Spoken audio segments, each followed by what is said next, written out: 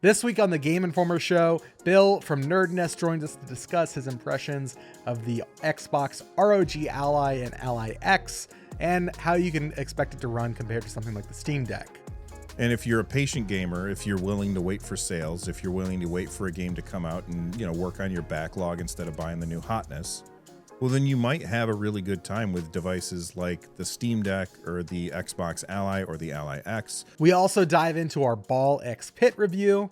It's one of those games that reminds me of Loop Hero, and the way that when I first looked at Loop Hero on Steam, I was like, I heard it's cool, but it's not really a looker, and I don't know if it's for me. And then I played Loop Hero, and I was like, oh my god, this thing is great, We also discuss the troubled development and launch of Vampire the Masquerade Bloodlines 2. What it ends up feeling is like I'm going from combat arena to combat arena in this open world city, and then occasionally getting cutscenes where I'm making somewhat interesting narrative choices. And dive into Battlefield 6 by Sweet Carole and our early impressions of Pokemon Legends Z through A.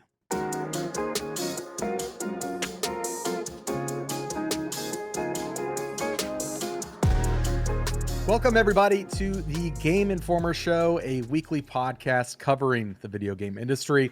Join us every week for a discussion about the latest gaming news, reviews, and exclusive reveals alongside Game Informer staff and special guests from around the industry. I'm one of your hosts today, Alex Van Aken, and I am joined by Marcus Stewart. How you doing, Marcus? Hi! What's up? It's a reference to our Resident Evil Outbreak Super Replay. Shout out to George, one of our hapless companions. He does that a lot. He just goes, hi! And then he gets stabbed. I saw that y'all are 7 episodes into that? How's that going?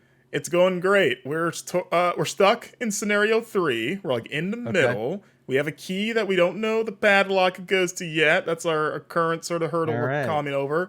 All of our companions are idiots.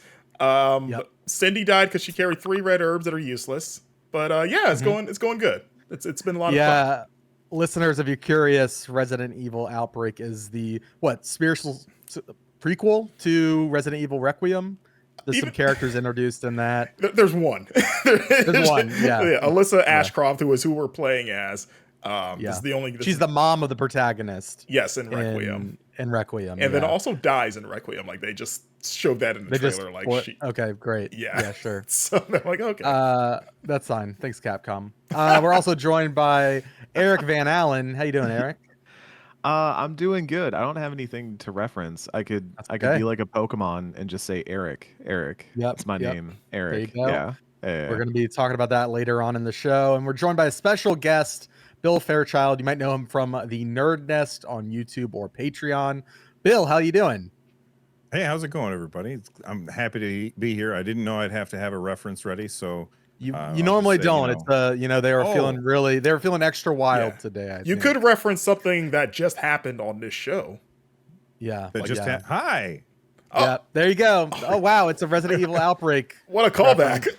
Yeah, wow. Bill, thank you for joining us. You and I met back at PAX East through a mutual friend, Bob Wolf, and hit it off. And wanted to have you come on the show. Your expertise is on PC handhelds, right? Well, I wouldn't say that I have any expertise in any area in particular, but I do use a lot of PC handhelds. Yeah. Yeah. And of course, the Xbox ROG Ally and Ally X are out now. You've spent about a week with them, if I'm not mistaken, and we're kind of gonna pick your brain. Yeah, they're sitting here at my desk. I've been using them a bunch, putting them through their paces. I think Microsoft has done some pretty cool stuff, but maybe it's not quite far enough. We'll have to talk about it. Yeah, we'll talk about it in just a second. But I did want to give you a chance to let our listeners and our viewers know what NerdNest is all about and kind of what you get up to over there. So NerdNest is my YouTube channel, which is also where I have my podcast. And basically I do gaming news stuff, mostly focusing on PC gaming, that kind of thing. But I also will talk about what's happening in the rest of the industry, hardware reviews, things like that. And then every week I also have a podcast where it's myself, the Fox, Retro Game Core, and Fan the Deck, and we sit down and we look at what's going on in the industry and just kind of talk about it. And then in the second half of the show, we usually talk about the games we've been playing. Awesome.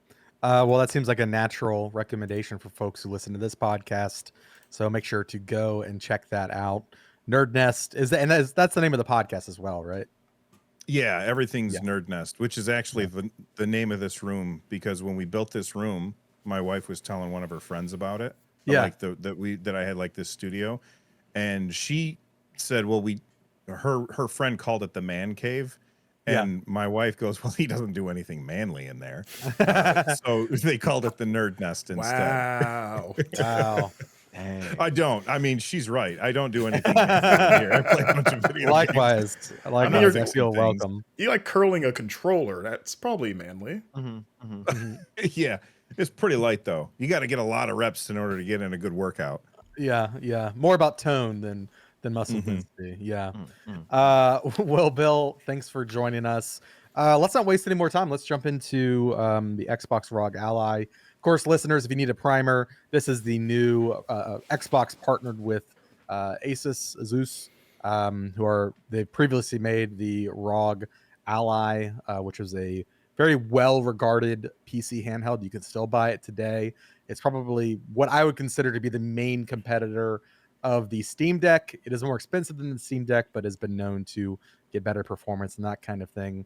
And Xbox, this new Xbox ROG Ally and Ally X, which are the two different SKUs. The X is the more powerful version. These are kind of the successor to that first ROG Ally. And a lot being talked about this week about these handhelds and their performance and the new sort of Xbox, dashboard of sorts that it's got on there. But Bill, I'll kind of toss it over to you to kind of continue and expand on that primer and kind of kick us off with kind of your thoughts on these devices so far. Yeah, so just to give everybody background on it, there's two versions. There's the white one and the black one. The white one has the AMD Ryzen Z2A chipset, which is very similar to the Van Gogh chipset, which is in the Steam Deck. Which they're like these very low power chips that can't really do too much to push games, but if you keep the resolution low enough and you turn off some settings, you can play a lot of different games on them. The other one is the Xbox Ally X, and this one has the Z2 Extreme chipset, which has a lot more power than the Z2A chipset. This one will give you more power. It also has a bigger battery. It has the Xbox, I forget what they're called, but the Xbox triggers that have like haptic feedback. Oh, like the little motor triggers. Yeah, it has those in it. But they have 7-inch screens, 120 hertz with VRR, which will smooth out that gameplay if you are running into hitches, because these are low power devices. The white one's $600 and the black one is $1,000, which is pretty expensive. But, large pill to swallow. It is, and I think that this would have been for the audio listeners. Sorry, I'm holding up the white one. Would have been better off at $500, and the black one probably would have been better off at $800. But according to Microsoft, market conditions forced them to raise those prices. So things are pretty expensive right now. I mean, everything's expensive right now. Yeah, of course. Yeah, it's no strain. I mean, all prices are getting raised lately. It's a shame. But what do you think about the devices? Like, how are you enjoying them? What's kind of your use case looking like the past week with these things? So I think that when you're trying to, like, when people ask that question, usually they're trying to decide, do I want this or do I want that? Like, which device do I want? And I think that for the most part, when people kind of get stuck in a console war mentality that this is better than that, it isn't really like that, because all of these play essentially the same games. You want to buy a Steam Deck, then the Steam Deck is going to play the same games that these are going to play. And so they're just PCs. Now, the fact that they have an Xbox logo on these new ones, that introduces like this expectation that I think that people have that, oh, okay, well, it's going to be like an Xbox. And they're not like Xboxes.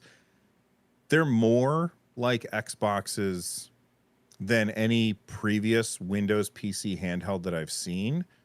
But still, I think that Microsoft has further to go in order to get the UI really where it needs to be, to where you never really realize that you're just running Windows. Of course, the advantage is that these play Steam games, they play Epic games, they play GOG games. You can play whatever the hell you want on this, really. You can play everything. And that's one of the really great things about devices like this. If you're trying to decide between, say, a Steam Deck and one of these things, it really depends on what kind of games that you're going to be playing and how important Windows is to you. Because with Windows, it plays everything. On the Steam Deck, you lose the ability to play games that are like that use anti-cheat or DRM or a lot of multiplayer games are non-compatible. Yeah. Exactly. Or if you really are into Game Pass, even though it's now $30 a month, then these are the devices that you would want to get over a Steam Deck, because you can't do Game Pass games on Steam Deck for the most part. Yeah, there are some, some workarounds, but I think that the average user is not going to go through the trouble of doing what you need to do to get other launches to run on the Steam Deck. I remember when I first unboxed it was the LCD Steam Deck had just come out, and I went through the trouble of installing Battle.net, and I was playing World of Warcraft with like this controller mod, and it was very cool for like, oh, this thing can do this, but it was a massive pain in the ass anytime I wanted to actually go and play it or like have a smooth experience. And there's a lot of that kind of stuff with the Steam Deck, where if you put in the effort, yeah, you can get stuff to work, you can get emulation to run and all that sort of stuff. But having a Windows handheld, just opens the door to so much more, native support. And I think particularly games like a Marvel Rivals, for instance, I would love to play that on this device, or Fortnite, right? Something that previously, haven't been able to play really because of anti-cheat. Yeah. But yeah. Is it fair to say, as someone like me who is like, I have a gaming PC, but I am a console person, I just like the convenience of console, is the ROG Ally better for like, if I don't want to fiddle with anything and I just want the closest thing to just like, I just want to install the games and they'll most likely just play. Is this a better option than the Steam Deck? I would say that it's pretty similar. It also does depend on what games you're going to play. Like if you're just playing like a bunch of indie games or mostly single player stuff that you never have to like go online, then when you like, the Steam Deck will play of the vast majority of my library. It won't play anything that's on the Epic Games Store, because the Epic Games Store doesn't support. Well, that's not necessarily true, because you can't do the things that Alex was talking about before. But not out of the box. Yeah. Not out of the box. You will have to jump through hoops. Honestly, if you are a console player, my recommendation, if you want something to play portably, is to just get a Switch 2. Not because I think that the Switch 2 is necessarily better, but it doesn't require any thinking on the part of the end user. You never have to sit down to play a game and be like, how the hell does this work again? Oh, I remember now. Or I have to go look something up. There's just a lot less friction that way, if that makes sense. But that also closes off a lot of games to you if you're playing only on the Switch too. Yeah, right. That's been something that I've been really curious about, as this has evolved, this entire market that kind of just sprung out of Valve deciding to do Steam Decks and try to make these at-home PCs, is that even going back before Steam Deck to things like the Steam machines and things like that. It always ended up being kind of almost a prosumer product, because you needed to be somebody who was willing to tinker. You needed to be willing to, even if you play on Steam Deck and you boot up something like, say, Trails in the Sky, you might need to go into settings, you might need to tinker to get the experience that you want, that you kind of hope for. Whereas, like you said, Switch 2, you boot it up and what you get is what you get. And to some degree that can be good or bad. I mean, on end of Switch 1 life cycle, we kind of saw how that got a little tired after a while. But The flip side is that you aren't going to have to deal with those menus and stuff like that. So do you feel like it being a Windows platform does at least smooth out a little bit more of that for Steam Deck and for the Linux side of things, where people might not be as familiar or even like ready to do that kind of stuff? Or are you still kind of having to go into menus to optimize, to kind of deal with the things that come with kind of a PC environment? Yeah, so I guess the way that I would put that is, like, let's say you're playing a game on the Nintendo Switch 2. You don't have to worry. Well, okay, you don't have to worry on these new devices either, but you might want to. You don't have to worry on a Switch 2 how much power the device needs in order to run the game that you want to play. So if I'm playing a game, like let's say I'm playing Animal Well, I don't need 25 watts of power to run Animal Well. I can run Animal Well at 6 watts of power and still get like 60 frames per second, no problem. On a device like these, in order to get the best battery life, you would want to open up the menus, which admittedly, Microsoft's new full screen experience, which is launching with these devices, is a lot easier to manage those power settings. Basically, you hit the Xbox button, you push left, and it brings up Armory Crate. And then you have these little buttons there that say 6 watts, 13 watts, 20 watts. And you say, all right, well, I'm playing a simple game, so I'll set it at 6 watts. And now the battery isn't going to run through nearly as much. When a developer submits a game to Nintendo, Nintendo figures all that stuff out for you. So then you say, I'm going to launch this game, and you never have to think about that. So even though I do think that there are a few less hoops to jump through when you are talking about a Windows style device over a Steam Deck, I still think that these are things that you definitely want to keep in mind. And I would say the thing that you have to think about less is which Proton version you're using for a particular game. And for the listeners who aren't aware of that, Valve's tried to get developers to make games for Linux, and developers said, God, no. So then Valve said, fine, we'll do it ourselves. And they translated all of the Windows APIs over to Linux. So then when you go to run a game that's made for Windows, you can run it on Linux, and it just says, hey, I need that API. And then Proton says, oh, here's the API. Don't pay attention too much that it doesn't look like what you're expecting. And then it runs. So sometimes you play a game and the game won't start, and you'll be like, oh, I'm going to switch to a different version of Proton, and then it starts. So there's usually solutions, but you do have to jump through a few more hoops. But I don't do that very often, if that makes any sense. Mm-hmm. Yeah, I did a lot of that more when I first got my Steam Deck. I think that was, that's as time goes on, you just kind of want to sit down and play a game, and I'm like, I'll sacrifice a few frames here and there if it means I'll just launch the game and have it do my settings default, that kind of thing. With most games, I would say outside of modern AAA games, that usually works all right with the Steam Deck. Now I'm currently playing a game that we can't talk about yet for review, and it's a bigger game, and I've recently kind of been on a Steam Deck kick again. I kind of go back and forth between my Switch 2 and my Steam Deck. I've been playing Silk Song for a while on my Switch, and I kind of am done with that. I'm like, okay, back to Steam Deck. And it's a real bummer when you open up one of those games and you're getting sub 30 frame rate, and you can't even hit like 30 frames on low.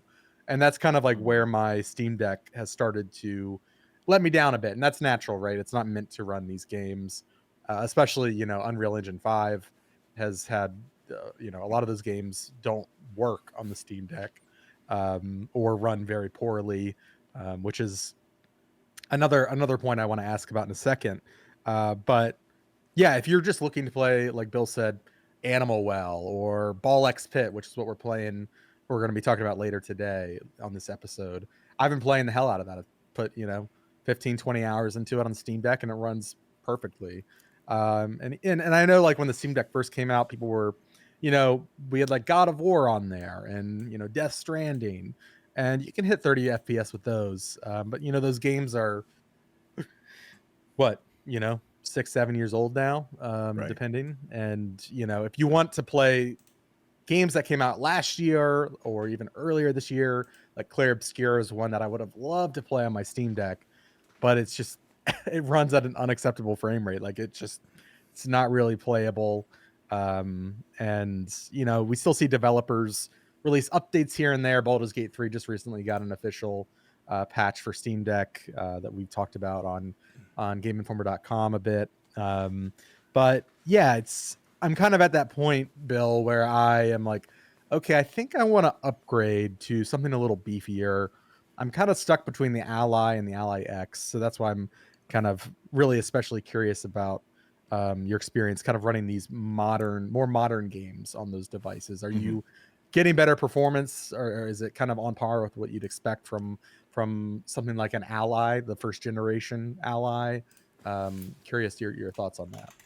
So when you say the first generation Ally, are you talking about the Xbox ones, or are you talking about the original white ROG Ally? Original white ROG Ally. Yeah. Okay, that one runs the Z1 Extreme chipset, which is not as powerful as the Z2 Extreme chipsets that are in here, but a little more powerful than what's in the Steam Deck, which is the Van Gogh chipset. And I feel like what I would say about those in particular is, will you get a performance boost? Yes, you will. But it's not really going to be all that noticeable. And then when you look at the ROG Ally X, not the new ones from Xbox, but the one that came out last year or the year before, I can't remember. Yeah. That's this one that's black and it doesn't have the extra handles on it. This also has the Z1 Extreme chipset. So the big difference between this one and the white one is the form factor is a little bit better. The curves are a little bit better. It's easier to hold. It feels nicer in the hands. It has a giant 80 watt hour battery in it. The original one, I believe, had a 40 watt hour battery. Oh, wow. Yeah. So when you compare the Steam Deck to the ROG Ally, not the Xbox ones, basically the Z1 Extreme chipset is more powerful than the Van Gogh chipset, but it does not sip the battery. It chugs the battery. So it just like burns through your battery really, really fast. And they could not compete on efficiency with Valve. So what they did instead is they just said, well, I'm just going to brute force it and throw a giant battery in there that'll just last way longer. And that solved the problem for them. And this is a really, really great device. I don't know how much it costs right now, though. That's fair. Yeah. I think I was looking, I think it's in the $500 to $600 range I've seen it. There's been some sales, that kind of thing. And if you walk into a Best Buy, you can usually find one used. Oh, cool. I didn't realize that. Yeah, because Best Buy carries these devices. And so usually people will buy them. They'll think that it's going to be a console-like experience. And they'll have to jump through hoops and they'll be like, man, I'm not doing all this. And they'll take it back to the store. There's nothing wrong with it. You just have to, if you're a PC gamer, you're going to be fine on these kind of devices. But if you're a console gamer, you will hit a wall where you're going to be annoyed at some point. Yeah, fair. But yeah, what kind of games are you playing on it? I know you've only had it for a week. Are you kind of just jumping around for testing purposes? Have you kind of... Yeah, that's all I was doing was just testing and testing and testing. So like I put on Cyberpunk 2077 on the new white one. This one is about the same power envelope as the Steam Deck. This one on Cyberpunk 2077, I was getting the best would be 33 frames per second. Okay. And then with the Steam Deck on that particular on Cyberpunk 2077, I was getting about 35 frames per second. So the Steam Deck actually beat that one in Cyberpunk 2077. That's not a huge surprise though, because Windows it's very, I'm going to use the word bloated. My friend Carrie is going to yell at me because I used the word bloated, because the point that I'm trying to make is it doesn't deal with the hardware very well. And Linux is just so much more efficient. So Linux, every time you install like Linux on one of these devices, they just run better. The games you get slightly better performance. And that's why the Steam Deck's beating that one. I played Borderlands 3 on the, I forgot to tell you, the Cyberpunk 2077, I got 62 frames per second on the black one. Oh, wow. That's this one. That's the $1,000 one. Yeah. Yeah. That's the $1,000 I mean, one, nearly double the frame rate. Yes, but it's also $1,000. Yes, very true, very true. And then the similar examples with games like Borderlands 3, Shadows of the Tomb Raider, Assassin's Creed Valhalla. I was getting very similar results between those three things when I tested it in my video. Did you have a chance to check out the Oblivion remake? I'm curious. So I have not installed Oblivion remake on these. But I did make a video where when Oblivion remake came out, I installed it on all of the devices that I had and tried it, and I don't remember what the results were, but it was not good. Like it's an Unreal 5 game. It really, like, these devices struggle with Unreal 5 games usually. Yeah, that's totally fair.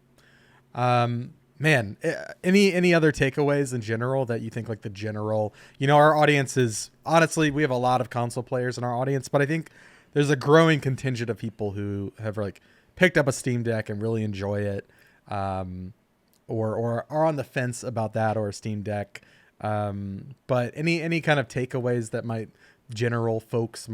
people who aren't necessarily, like, really into this more niche section of the hobby, they're not watching, NerdNest, they're not watching Wolf Den or The Fox, that kind of thing. I think that there's a couple of different ways to look at it. These devices do have those speed bumps and the friction that I talked about before, but at the same time, when you're playing on PC, you have those Steam sales, and there's like 100,000 games on Steam. Yeah. So, like, everything is pretty much on PC, with the exception of certain, like, PlayStation and Nintendo exclusives. Eventually, it's going to come to Steam, and eventually, it's going to be on sale. And so, I think these devices are for the patient gamer.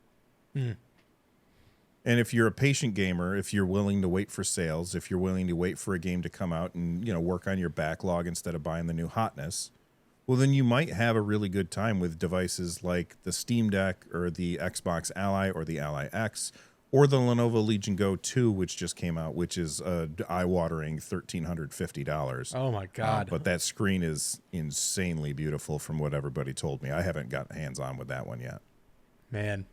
Yeah, I totally agree with that. I mean, Steam is such a great ecosystem to get into, and even if you're looking at getting one of these newer devices, maybe you haven't started building a PC library.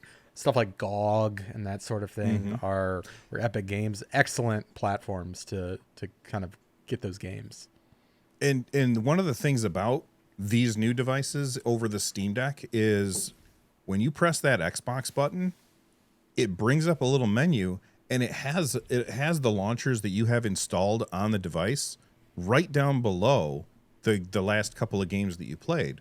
And so you can press that button, drop down, open Steam, drop down, open, I don't know, Epic Game Store if you want, which, like GOG or any of the other ones. Like on the Steam Deck, you have to jump through hoops to install other launchers, which isn't a big deal because you only have to do it once, but it is something that you do have to do. Yeah. So that's another advantage that a device like this might have.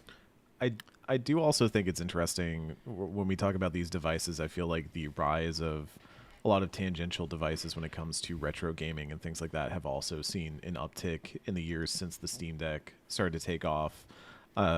Things like Ambernick and Miu and all that have also been booting up in popularity over the last 5-6 years. And I think it maybe shows just a general inclination that people, especially as they get older and want to play some of their older games, they're a little bit more willing to tinker. They're a little bit more willing to say, I'll deal with an ecosystem that is not just plug and play, but if you smooth it out a little bit, having that device that can play a lot of stuff theoretically across the entire board really does appeal. I mean, the Steam Deck kind of opened my eyes in that regard to saying, like, oh, I have this handheld that is just a PC, can do PC things and not just, Game Boy things, Switch things, like I was used to with a handheld. So I think in some respects, it can be a device that can be as difficult or as intricate as you want it to be. If you want to just open it up and play Steam games, it'll do that. But if you want to like tinker with it,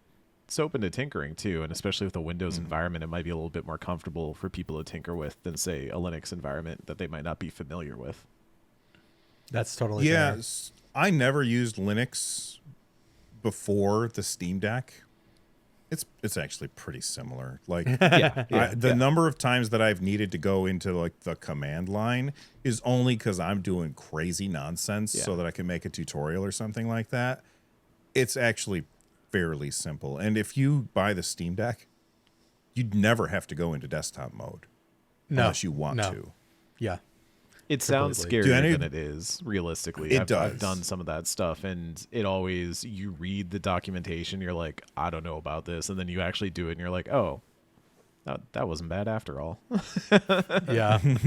I think do any of you guys have these things? The little retro guys instead? I've got in my closet, I think we've kind of got a smattering of like the Amber Nicks and that sort of thing. I remember an SP here. Nice. And I also recently, I don't play with it enough, but I've got the Miu like 6-button one as well. Oh, cool. I remember when we met at PAX, your friend, the Fox is his kind of screen name, his YouTube channel. He had a DS like compute. I don't remember what it was called. I think it was the GPD something. I don't know. Yeah, I've never used one of theirs. That thing blew my mind. I was like, this is, and he was like, yeah, that was like at least it was like something like $1,000 or $1,200 or something. It's something ridiculous. And I was like, this is so cool though. Like it was the clamshell look. It was super cool. But yeah, I mod Game Boys. Actually, I have a mod that I'm waiting to do when I get some free time this weekend. But I typically try to, I play a lot like Analog Pocket, that kind of thing. Usually on my desk. But yeah, I don't know. I know a lot of people love using their Steam Deck for emulation and stuff. I haven't personally done that with my Steam Deck yet, just because I do that on other things, other devices. But yeah, I think like this conversation is super interesting. I think one of the things I've been thinking about actually the last couple days as I've been kind of pondering my Steam Deck and if I want to upgrade it or not, is I really just want to rig one of my extra PCs that's laying around to just boot into Steam OS, Steam Big Picture mode. And just set that up in my living room. I think that might be a weekend project coming up.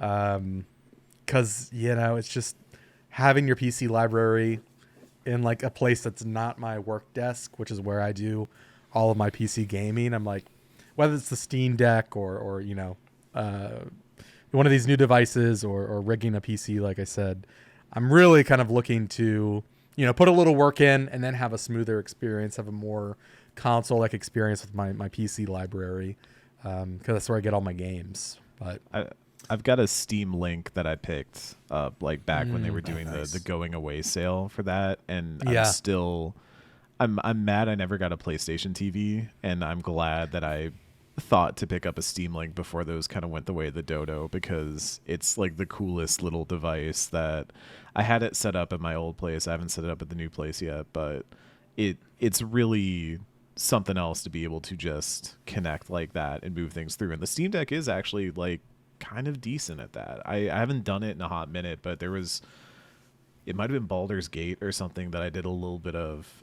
streaming to my Steam Deck, and something where I didn't necessarily need the super high latency, but I wanted to just be able to, I don't want to sit at my desk right now. I want to sit on the couch and play this, and it worked. It functioned.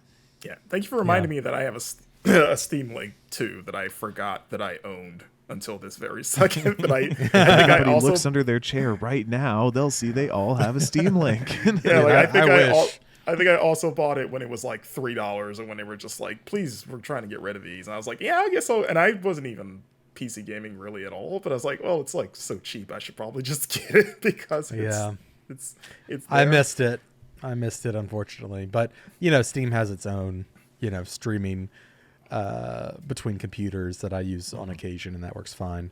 Yeah, and they have like they're just like Steam Link is now just an app on most set-top boxes.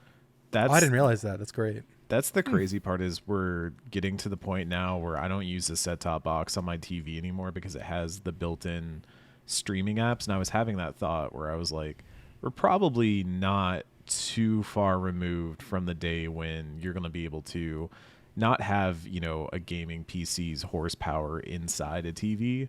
But if you've got a gaming PC that you can just stream it to your smart TV and you don't have to worry about all the connections and the hoops and stuff like that, you can just run it right through an Ethernet cable and be set. So damn. I just realized, so my wife and I, we recently we had been using like the first gen Chromecast for like the last decade, and it finally gave out. So we recently, like within like the last couple of weeks, bought like whatever the new Apple TVs are. And that just reminds me, I bet it's got a Steam app on it. Yeah, that I could. I'm that I could stream to. 90% sure that it does, but I'm not 100% sure. Yeah, that sounds like a plan. Yeah, I just checked. It does. Yeah, so that's awesome. But even so the Xbox Allies, I assume, can also do the sort of like docking situation where you can hook it up to a TV and run things off of it and things like that too, right? Yeah, actually, there's one advantage that these have over the Steam Deck. The Steam Deck has only one USB port. Mm-hmm. Yeah. Okay, so when you are docking something like the ROG Ally, the Xbox Ally, it has two USB ports. So that means you can plug it into the wall and then have the other plug go into the TV so that then it's docked to the TV. With a Steam Deck, there's only one port, so that means you have to buy a dock. Yeah. But they're like, if you turn the wrong way, you're going to trip over 83 of them. Like there's so many Steam Deck docks out there that are incredibly cheap. I would not recommend buying the Valve one because it's $80. Yeah, which is expensive, but it also comes with an extra power brick, so you never have to unplug that. So like, there's that one advantage that it has. Plus, it gets firmware updates from Valve and stuff like that. The Xbox Ally X, the black one, also has two ports, but one of them is a Thunderbolt, I think 4. Wow. Don't quote me on that. I can't remember exactly. Sure. But that means you can also buy a very expensive external GPU for a device like this. Yeah. And then dock it, which I've never tried, so I can't say how well it works. But you can buy an external GPU, and then, because these things aren't CPU bound, they're GPU bound. Like, they just don't have the GPU to deal with stuff. You can go out and buy an external GPU, and then you have the same games that you're playing on your TV, and it's a much higher resolution, higher frame rates, and that kind of thing. Huh. You just sent Eric down a rabbit hole. He's gonna start Googling. You could build some crazy don't look stuff at the with prices that. though, Eric. I'm too busy. I'm in the realm of I want to build my own like media server and stuff like that. That's where my next tech hole is going to be is falling down the media server pipeline. But I do find that stuff fascinating as somebody who travels because I kind of stopped traveling with my Steam Deck because of how bulky it is, and then having to throw a dock in with it and the cables in with it. I was like, the Switch is so much smaller, it's so much easier to pack, or even these retro consoles are, you put them in your pocket, you put them in a pocket in like your backpack or whatever, it just fits right in. And so I'd been going that direction for a while, but I'm kind of waiting for the point where we get to where stuff is going to be a little bit more portable, and it seems like even just knocking off the need for a dock on some of this stuff is going to help with that, because you get to a hotel room, you want to set it up, you want to be able to play on the TV in the hotel or whatever, you have to then have a dock, you have to plug it in, you have to find how to plug into the TV in a hotel room. I'm sure all of us have done that at some point, is where are the HDMI ports on the hotel TV. So yeah, anything that can make that process less painful helps. Yeah. Little pro tip: if you're bringing your Switch or Switch 2 with you someplace, bring a deck of cards, put it inside the dock. That way, nothing can make the dock break. Oh, that's very smart. Yeah, that's smart. I usually just travel without a dock, but there's been a few times where I'm like, Especially like the recent release of like Lego Party. Like, oh, I think I want to put that on my Switch and like bring that places. So that's a very good tip. Live out that Switch commercial rooftop party. Yeah, yeah. I'm trying, man. I'm really trying. Well, Bill, before you get out of here, any other games you've been enjoying lately that you want to shout out or talk about real quick? I know it's kind of putting you on the spot. That's okay. Anything you've been enjoying? Yeah. Well, before I answer that question, I have a question for Marcus. Marcus asked me the question earlier, should a console gamer pick up one of these things? After everything that I said, how do you feel about Steam Deck versus the Xbox Ally stuff? Are you interested in picking one up, or you still think that's not for me? I've yet to buy a Steam Deck or any handheld PC. I want one just because, the idea of being able to play my very large PC library anywhere is fantastic, especially for work purposes too. But a lot of it has been the price of them and some of the like jumping through hoops that like you guys have talked about. The ROG Ally, like that price is it's very oppressive, because I'm the sicko where it's like, if you give me two versions, I'm gonna want the best version, because if I get the like I have a Series X Xbox and not the S, because I want the one that's always going to run the things well and I don't have to worry about it. So I'm going to want the $1,000 one. And it's, it's like, what would you, since you guys are sort of like, more about this idea, if you were to recommend which one you think I should get between let's say a Steam Deck OLED, which is the one I've been eyeing of maybe if I get one, I guess it'll be this one, or like the ROG Ally. What kind of games do you play? I mean, I have mostly my Steam library is probably I play my games there more, even though I have a very large Epic library. And then my it's a mixture for work at least. Oh, I play for work, but I even personally I play pretty much a bit of everything. I don't know if there's is there more genres that are better suited type stuff, or more pixel arty type stuff, like fidelity wise, because that's kind of that's gonna swing it the most one way or another. I think if you want to play Silent Hill F, that's gonna need a little bit more horsepower than say Animal Well or Stardew Valley or something like that. I think being a Switch person has sort of conditioned me to play lower end stuff on a handheld, just because I just expect that to run without issue and not want to roll the dice on bigger AAA stuff. Even so, yeah, I guess if I had probably mid-tier smaller things, most likely. Yeah. Are you playing a lot of online games where you're playing against other people? Oh no, where you might have to worry about DRM or anti-cheat? Marcus hates multiplayer. Marcus doesn't he won't admit it. He won't admit it. I don't hate it, but yes, I'm a single player minded person pretty much 90% of the time. Then I think for the most part, not 100%, but for the most part, Steam Deck OLED, the one that you're thinking of, probably the mid-tier one, not the most expensive one, because you can easily upgrade that. The thing that you get when you get the more expensive one is you get an anti-glare coating on the screen, which makes the OLED a little less punchy, which you kind of don't want that. But at the same time, also less reflections, so there's that. But then you also get more storage. But swapping out the storage on the Steam Deck in any of these devices pretty much is dead simple. It's literally a couple of screws, take it out, put it in, screw it back together, and you're fine. Yeah. So I would say probably the $550 Steam Deck OLED is going to be the one that would probably work best for somebody who plays games like you. Okay, that's half of a ROG Ally X too. Yeah, There you go.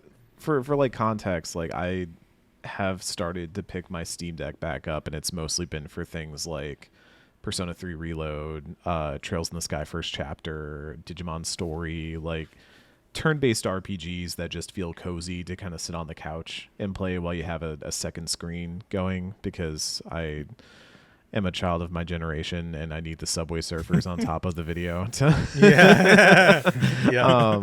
But it's really effective for that kind of stuff. If you want to get into Clair Obscur, then that's going to need the horsepower, but I've found that a lot of what you would say are kind of mid-range RPGs over the last few years in terms of what they need from performance and horsepower do really well on the Steam Deck. Okay. One day. I'm not like planned when I'm going to make the plunge either way. I just kind of look at them from afar and go, and then wait for like, maybe when I put on my clown makeup and pay $1,000 for the Ally X, you can buy my OLED. I think I've got the mid-tier OLED one. I like the clown makeup I like that as a prerequisite. It's part of the buying ritual. Yeah. It. Especially because I posted already online that there's no way on God's green earth that I'm going to pay $1,000 for a handheld. Oh, why would there's a very real chance I will be paying $1,000 for like, why would you set handheld. Yourself? Now you gotta. I've said before that I would never become the type of person who would spend a lot of money on cardboard, and then I started playing Magic the Gathering. So like, there's room for all of us to change, for the better and for the worse. You know? Yeah, there you go. Well, Bill, before you get out of here, you've been playing anything you want to shout out or talk about real quick? So I've been playing a lot of it, which is I have so many games to play, and I can't stop playing 2 games. The first one is Clover Pit. Have you guys been playing Clover Pit? Oh, no, I haven't played it yet. Clover Pit's sick. It's so fun. For the people who are watching or listening, you think Balatro, which everybody knows about because of the Game Awards last year. But instead, it's a slot machine, and when you lose, you get killed. And that's the whole game, and it's super fun. The other one that I've been playing is Mega Bonk. Have you guys been playing Mega Bonk? No, that's another one I need to play. I've been hearing a lot. I think it's on a couple of our like lists to touch before the end of the year. Probably. I'm very familiar. It's a roguelite, right? Like sort of like like Vampire Survivors, Risk of Rain a little bit. Right? Mm-hmm. Yeah, very much like Risk of Rain. Because you get these swarms coming after you, and you can just do some crazy things. I was playing yesterday as Calcium, who is a skeleton that rides a skateboard, and the longer that he goes without getting hit, the faster he goes.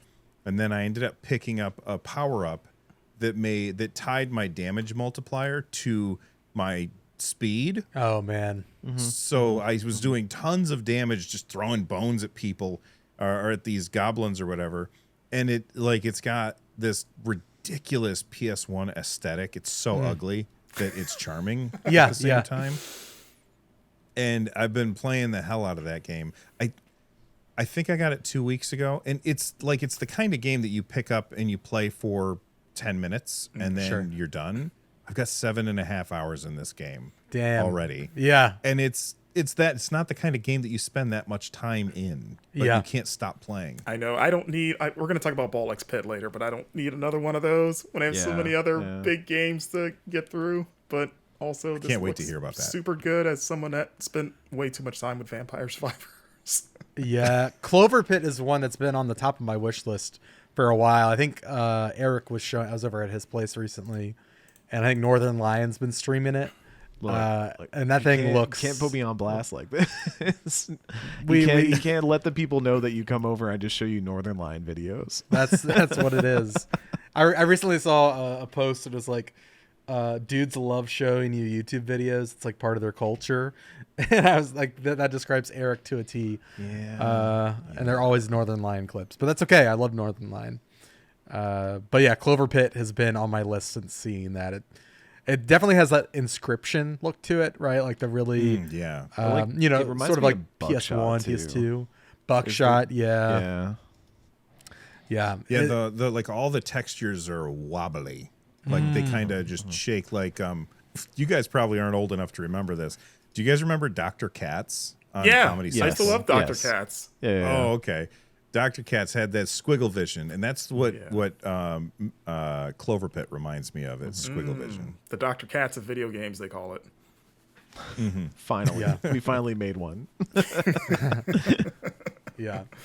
Well, Bill, thank you again for joining us today on the show. Before we take a quick break, will you just go ahead and plug where folks can find you online, social media, Patreon, that kind of stuff?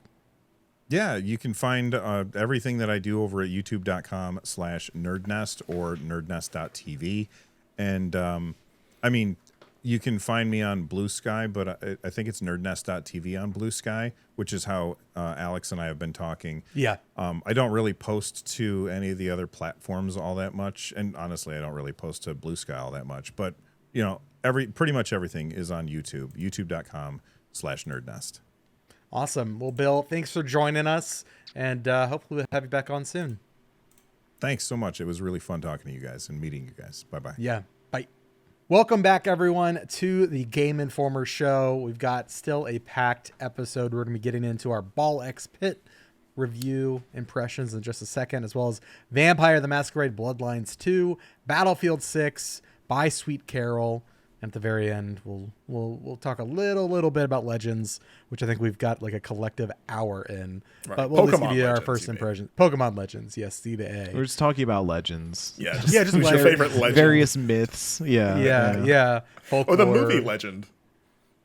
I am Legend. Yeah. I Am Legend, yes. That's what we're going to get into. Our exclusive review of I Am Legend.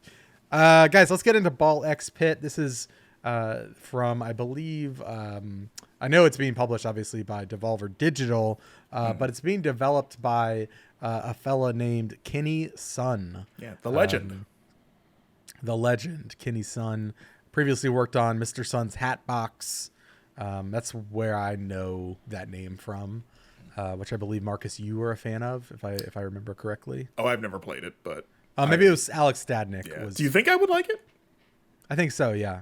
Okay. But Ball X Pit is Kenny's latest game, again, being published by Devolver. It is a brick breaker, ball fusing roguelite. That's how it describes itself on the Steam listing. And I think that's pretty dang close to what the real experience is like. There's also a sort of base building, harvesting system that you continually expand.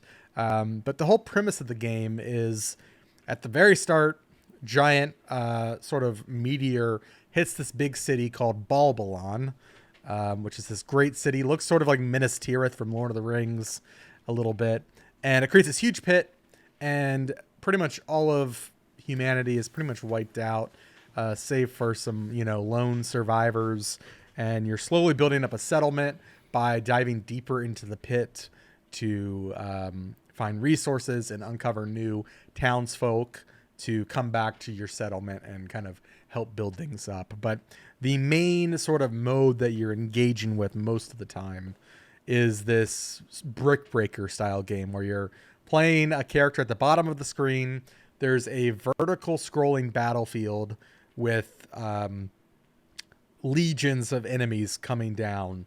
And you are playing a brick breaker game where you're throwing special balls that do special effects, as well as what they call baby balls, which are just sort of like normal balls that bounce around. They bounce off walls, they bounce off enemies, and you're slowly kind of taking out these hordes of baddies, while slowly upgrading your character from the sort of XP gems that you get from defeating those enemies. And there are mid bosses, there are big bosses, and there are, you have to do runs multiple times to kind of unlock, the next area. I'm having a lot of fun with it. It's been really my main driver on my Steam Deck, and I think I probably put 15 hours into it at this point. And it's one of those games that reminds me of Loop Hero, in the way that when I first looked at Loop Hero on Steam, I was like, I heard it's cool, but it's not really a looker, and I don't know if it's for me. And then I played Loop Hero, and I was like, oh my God, this thing is great. I'm having a very similar experience with Ball X Pit, where it's kind of on my radar, wasn't sure if I was interested, and, was pleasantly surprised. But I'm curious, Eric and Marcus, where you guys are at with the game and how you're enjoying it, or if you're not enjoying it. I put a pretty decent amount of time into it so far. I don't know that I would call it, so it's weird. I don't know that I would say I'm like a roguelike guy, but then I play basically every roguelike that comes out and have an opinion on it. So I guess maybe I am like a roguelike guy. Embrace it. I just look, I got into FTL and Binding of Isaac when they were both like coming out, and I think it just like it hooked. And I bring that up because I do think Ball Pit. Well, first of all, I'm gonna call it Ball Pit, much like Hunter x Hunter. Yes. I believe the X is silent, but in the review, I did Ball X Pit, and then I recorded some alternate takes with just Ball Pit. Ball Cross Pit. Yeah, I was losing Ball confidence. times Pit. Yeah, I haven't ball heard that multiplied one. by Pit. Yeah. So with Ball Pit, it's been really interesting. I do think it's a really cool game. Like to be clear, I'm very warm on it. I do kind of wish some of the base building stuff was a little bit not the way it was, just because I think as that starts to grow, it's novel at first, but then kind of started to grate on me over time. But I only bring that up because I think it's a really clever idea, and that idea plays out very well when you're actually in the pit and climbing through stuff, because you brought up that it's Brick Breaker, it's a little bit of pinball, it's a little bit of Vampire Survivors. I think there's a lot of touchstones that if you've played any sort of run-based game in the last 5 to 10 years, you're going to see that here. But what reminded me the most of, just in terms of general concept and idea, has been stuff like Galaga, where you're kind of managing this ever-approaching wall of enemies, and there's kind of just always constant pressure on you, the player, and there's an interesting push and pull between how much you are willing to cede ground or try to push forward and play the way that you want to play, to then risk them eventually getting to the bottom and starting to hit you, because once they get to the bottom of the screen, or once they get close enough, because you can't actually walk forward on the screen, and then enemies, if they're in melee range, will start to actually attack you because of it. You can kind of play around with that. You can play around with that space. And there's a lot of balls that I think do more interesting things than I thought there would be. I kind of went in expecting like, okay, you're going to have chain lightning ball. You're going to have some sort of damage over time ball. You're going to have a ball that turns into more balls, because that all seems natural. And those are all there. I think the more interesting parts of this game to me are the ones that say, okay, this ball will have higher crit chance if you hit something from the right-hand side. Or this ball will do more damage, but once it hits the back of the screen and starts bouncing back down, now it's going to do less damage. Or conversely, this ball does less damage until it hits a wall, and then it starts picking up damage the more it bounces. And you can combine that with things like the wind ball, which kind of it moves slower, but it passes through enemies instead of bouncing off of them. You can do really cool, interesting things with that. I think the physics of this game, the actual feeling of balls ricocheting around and how you can manipulate that to do really cool things, is one of the more interesting and novel parts of Ball Pit that have really like resonated with me. I think it would have been very easy for this game to just be, you're playing Brick Breaker and you get like cooler ways to break the bricks, but it's kind of just that. And I think the ways in which the developers have thought to expand the play space of brick breaking, Galaga style, like very retro feeling concepts, and infuse so much new novelty into it, really, really works for me. And I find that really, really compelling. Yeah. You know, Marcus, I'm curious your thoughts before I dive into a rabbit hole that I was about to go in. No, it's a lot of fun. Like I said earlier, it's got a lot of the same hooks that Vampire Survivors had in me, of just this kind of like endlessly replayable but very easy to play, because it's an auto shooter. Like, you're just shooting the balls, like, so literally all you have to do is just move the character. So You're not wrong. However, it is a toggle. Auto shooting is something you toggle, and I will say something that did impress me was it starts you off not letting you auto shoot, and then you turn it on, and I'm like, well, why would I ever turn this off? And then you start to get some balls that make you go like, maybe I don't always want to auto shoot. And I think that's pretty interesting. Okay, yeah, I don't think I've encountered balls that would have made me question that. So okay, that's interesting. Yeah, there are some balls that deal damage to you when you shoot them. Oh, okay, gotcha. Huh. Yeah, okay. And so if you have auto shoot on, you're just like slowly, Yeah, because I turned it off Yeah, I turned on auto immediately just because I was like, I'm playing on a controller, and I was like, oh, I don't want to hold down the trigger the whole time. It's like I'm just gonna play it as like it's Vampire Survivors and just have it. You know, I just want to focus I on would say dodging most all builds, the attacks. most builds you can get away with auto. Well, I think that I would then draw comparisons to things like Binding of Isaac, where the first time I played Binding of Isaac, I was like, why would I not just walk around with the fire button held down all the time? Why would I ever use my bombs to not just blow things up? Why would I, and then suddenly you start to understand that the play space is a lot deeper than you think it's going to be, but also that they're doing more things with those verbs than you normally expect a video game to do. I think a lot of video games, broadly speaking, love the idea of you do thing and then you do more of thing. But I think what often sets a really good run-based game apart for me is where it makes you have those moments of careful consideration where you say, I need to play differently than I do for every other run, where I need to like consider my play set and my play style a little bit differently, because now I'm playing something that is going to both encourage me to play differently and reward me for playing differently. And I do think Ball Pit nails that. Yeah, it's there's a primal satisfaction that I have, and probably all of us do to some degree, of just watching balls bounce around and break objects. Like I've always really loved the Arkanoid. And this is just like this is basically like fancy, more involved Arkanoid to me. Yeah. With a little bit of Tetris, because I don't know, I think of Tetris when I see the kind of like enemies scrolling closer and closer, and how but instead of like reaching the top is bad, reaching the bottom is bad, it's like reverse Tetris. This game is so weird in terms of the different sort of like things it's like the whatchamacallit bar of video games. Of just like, it's got a little bit of everything, and it manages to blend together in a way that is it's amazing how kind of like quickly you kind of pick up what it's putting down, for how sort of like for how many different things it sort of mashes together that you would think on paper wouldn't work. But then you only need to play like a round and you start to go like, oh okay, I think I get what this is.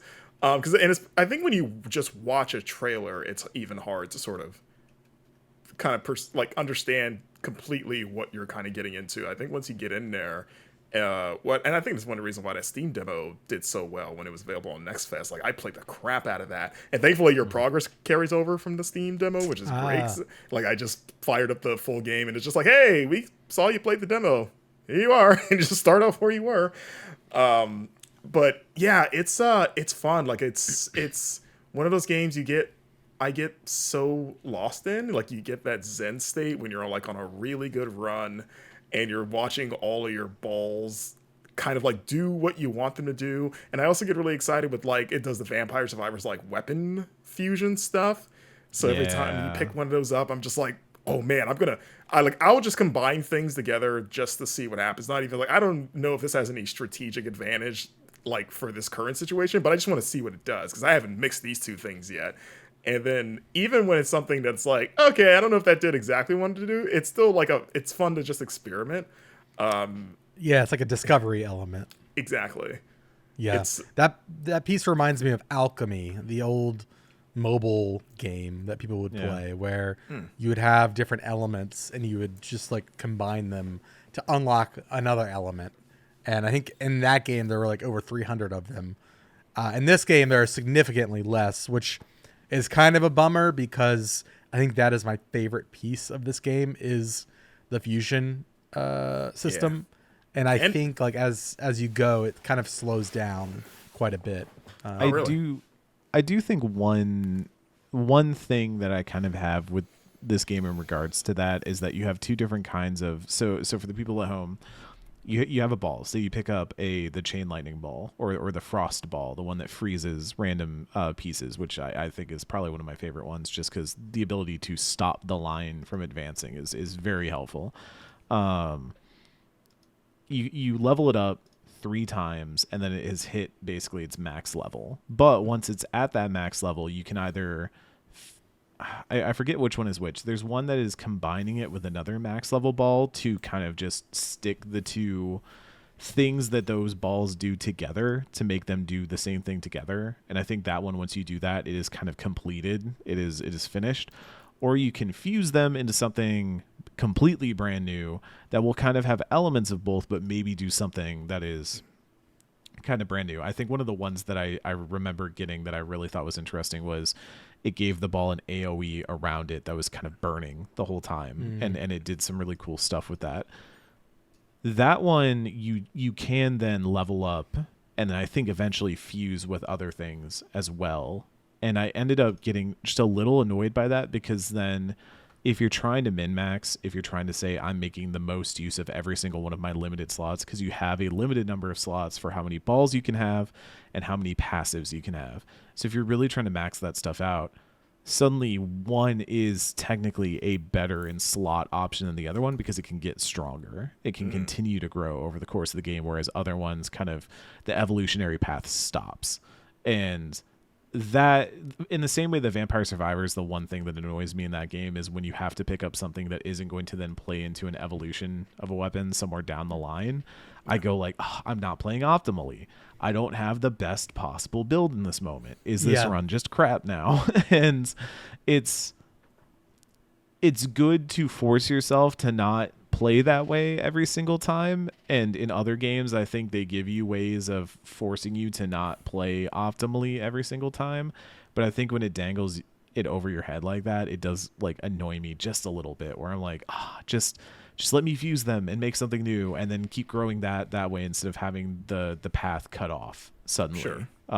It doesn't feel great when I'm like, I had to settle for this because I just needed an extra slot. I needed more firepower, and then like, oh, I'm just have a suboptimal build now, and I hope I can kind of squeak out something with this. Yeah, I guess that's a consequence of just the RNG with the power-ups. Like, you don't know what you're going to get until you get it. You're just like, oh, well, this is the one I needed, but I got to roll with it. Yeah. I do think their way of doing rerolls in the game is really interesting, because it's the currency that you want to bring back to the base to spend on certain buildings and stuff like that. So the fact that you're kind of gambling with it in that way, where you say, okay, I don't want any of these available balls, but it's going to cost me a decent chunk of change to reroll. Do I want to bring that money back, or do I want to spend it for the chance to stay down here longer and get more cash? I do think that's kind of compelling. I think that's interesting. When you, I haven't done the thing where you retry a run. I usually just go back to the base. Like, what is that? Do you just... You start over again. You just do a new run. Oh, okay. I didn't know if it was like risking anything by not just taking whatever I got back to base. I'm surprised I haven't retried, because I'm kind of with you, Eric, where like the base building stuff, it's like fine, it's like novel, but it's definitely like, I don't necessarily look forward to going back there. I just kind of want to keep doing ball runs, and then I just kind of I kind of like treat the base building stuff as sort of like a means to an end of like, well, I guess I need this to upgrade some more stuff, so let me get that progression build going house. to where you're. Yeah. And I think, Eric, you're talking specifically about the re-roll, the items that you're getting in the run, I'm talking right? about re-rolling the items that you get, which that is for gold, which is one of the resources you can get in the pit that you then bring back to your base to spend on, say, building a new building where a character might live, and then you basically have workers who are balls that you fire off, and you play a little pinball game where you like dark cloud build out a town, and then kind of bounce your workers off different resources and buildings to either construct the buildings or harvest the resources that then turn into more things that you invest into that. I do think that's an interesting inner loop of the game.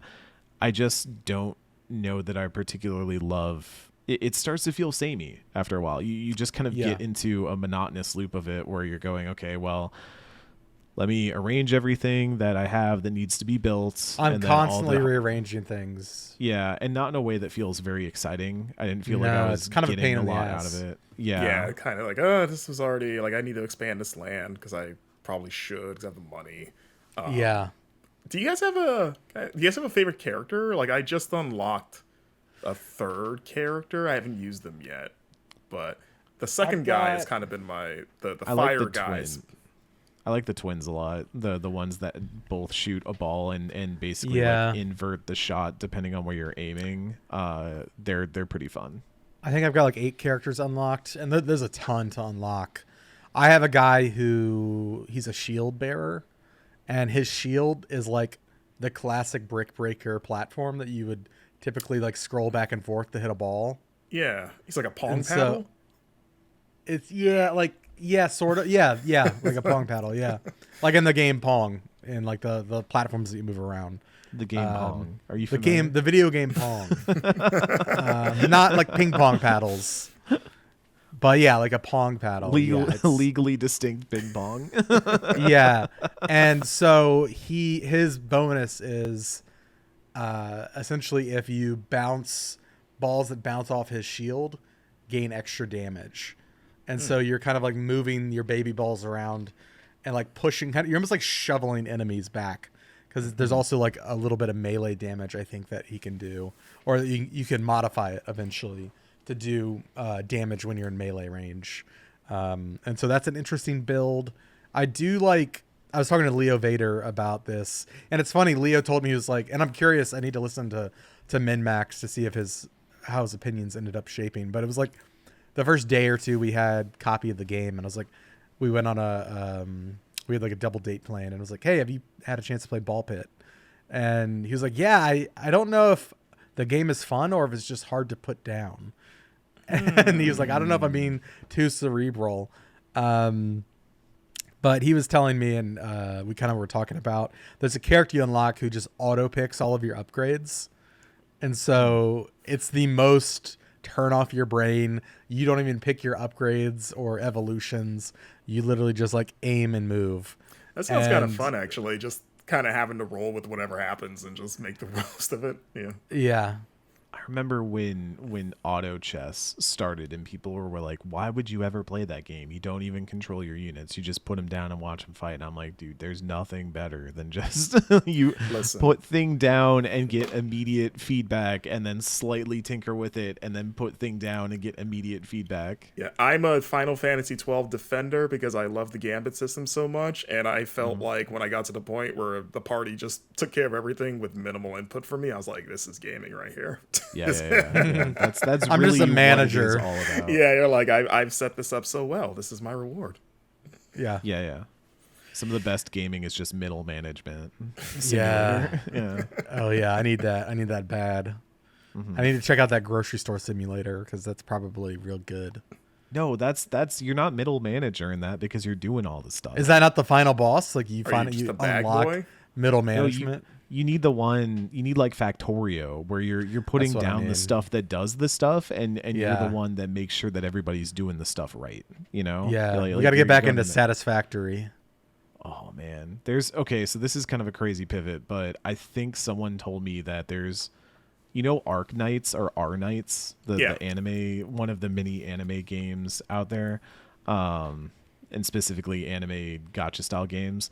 I think there's a new one coming out that has like Factorio elements in it, and I was like, that's messed up. Why would you put Genshin in Factorio? That's too much scratching my brain all at the same time. That's diabolical. It's evil. Well, Eric, I'm gonna kind of put you on the spot, and I want you to talk about. I didn't do that to myself. Yeah. Vampire the Masquerade Bloodlines 2. Transition to that game. You are a massive Bloodlines 1 fan, and though you weren't quite working here when we went on the cover story for that game, you were kind of finishing up interview phase. We did reach out to you as like a behind the scenes, hey, we got some questions for you. Charles and I did as we were kind of prepping for that story. And so shout out to you for helping prepping us with that cover story, working for free. For like 20 minutes on a Discord call. But you're kind of like our resident Bloodlines expert, I would say. Vampire out of anybody. aficionado. Out of anybody else on staff. Yeah. And so I kind of hold your opinion. I hold your opinion highly. So I want to know what you think about this game. Yeah. Also, before you say what you're going to say, can we acknowledge that it's kind of wild this game is actually coming out this week? Yes, that's where I was going to start. Is like happening? We need to talk about the path that Vampire Bloodlines 2 took here because that is an important part of the story. Vampire Bloodlines 2 was originally set up to be the you never thought it would happen sequel to a game that was kind of a cult classic of its time that got overshadowed by many other games that came out around its window. I believe Half-Life 2 came out around the same time that Bloodlines 1 did. Yeah. And Bloodlines 1, even though it was made by a very legendary studio, kind of was a bit of a buggy mess at launch, had very notorious technical problems, and despite being this incredible story, an incredible world, incredible atmosphere, just was kind of against all odds and led to the closure of that entire venture, and was just an infamous, like, almost made to be a cult classic type story. You know how you hear about the production of something and you're like, oh, okay, that's the story around it was too good for it not to become this gem, this thing that people would appreciate later, and it almost makes sense in hindsight. But so Bloodlines 2, potential sequel, people coming back from the original team to work on a follow-up, seemed like, oh my gosh, we never thought this would happen. We never thought this was possible. Over the years, development troubles ensued. There was a demo of the game that was playable at some point that you can still go find the footage on YouTube of it, but eventually the studio behind it was taken off the project. The project was put in limbo, and finally it was given to the Chinese Room, which is the studio that worked on a number of horror games, Still Wakes the Deep and things like that you might know of. Not really done what I would say are RPGs, action RPGs in the past. No. In fact, you might say they've done the hard opposite of that, because they did like Dear Esther and what was it? Everybody's Gone to the Rapture. Yeah. Definitely have narrative chops, not quite as experienced, at least in their published work, when it comes to more action involved stuff. And I mean, I'll be the first one to tell you that the worst part of Bloodlines 1 was the combat. It's bad. It's not what you show up to that game for. Yeah. It's a means to an end in that game. And with Bloodlines 2, my feeling has largely been that I think the story is interesting. I don't know that it has hooked me the way that Bloodlines 1 hooked me at this point. I will say at this time of playing, we will have a review up by the time that this review is out. Charles is writing that review and has put more full, complete thoughts. I've put about probably somewhere in the vicinity of 7 hours or so into the game at this point, personally. And I think the thing that has struck me the most is just that it's definitely doing vampire things, and it knows what the vampire appeal is in this specific mythology, in the ways it talks about how the vampire society works, in the ways that it leans into a lot of the stuff that I think even broadly fans of vampire, just fiction will enjoy. Vampire the Masquerade is all about the masquerade. It's about the idea of what does it mean for vampires to live amongst people, and they have to maintain the masquerade.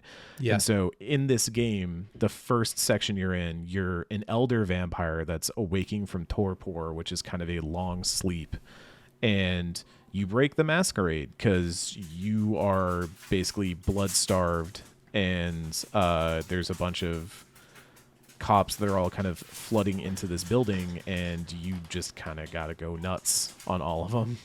And so that is considered a break of the masquerade, because pretty soon, word gets out, newspapers get onto it. They're like, oh, this supernatural killing, people were torn apart in this building. It's like, that's a break of the masquerade. People are going to get suspicious. And so you kind of get locked into all this, while you also have what I'm going to call is basically a Johnny Silverhand in your head.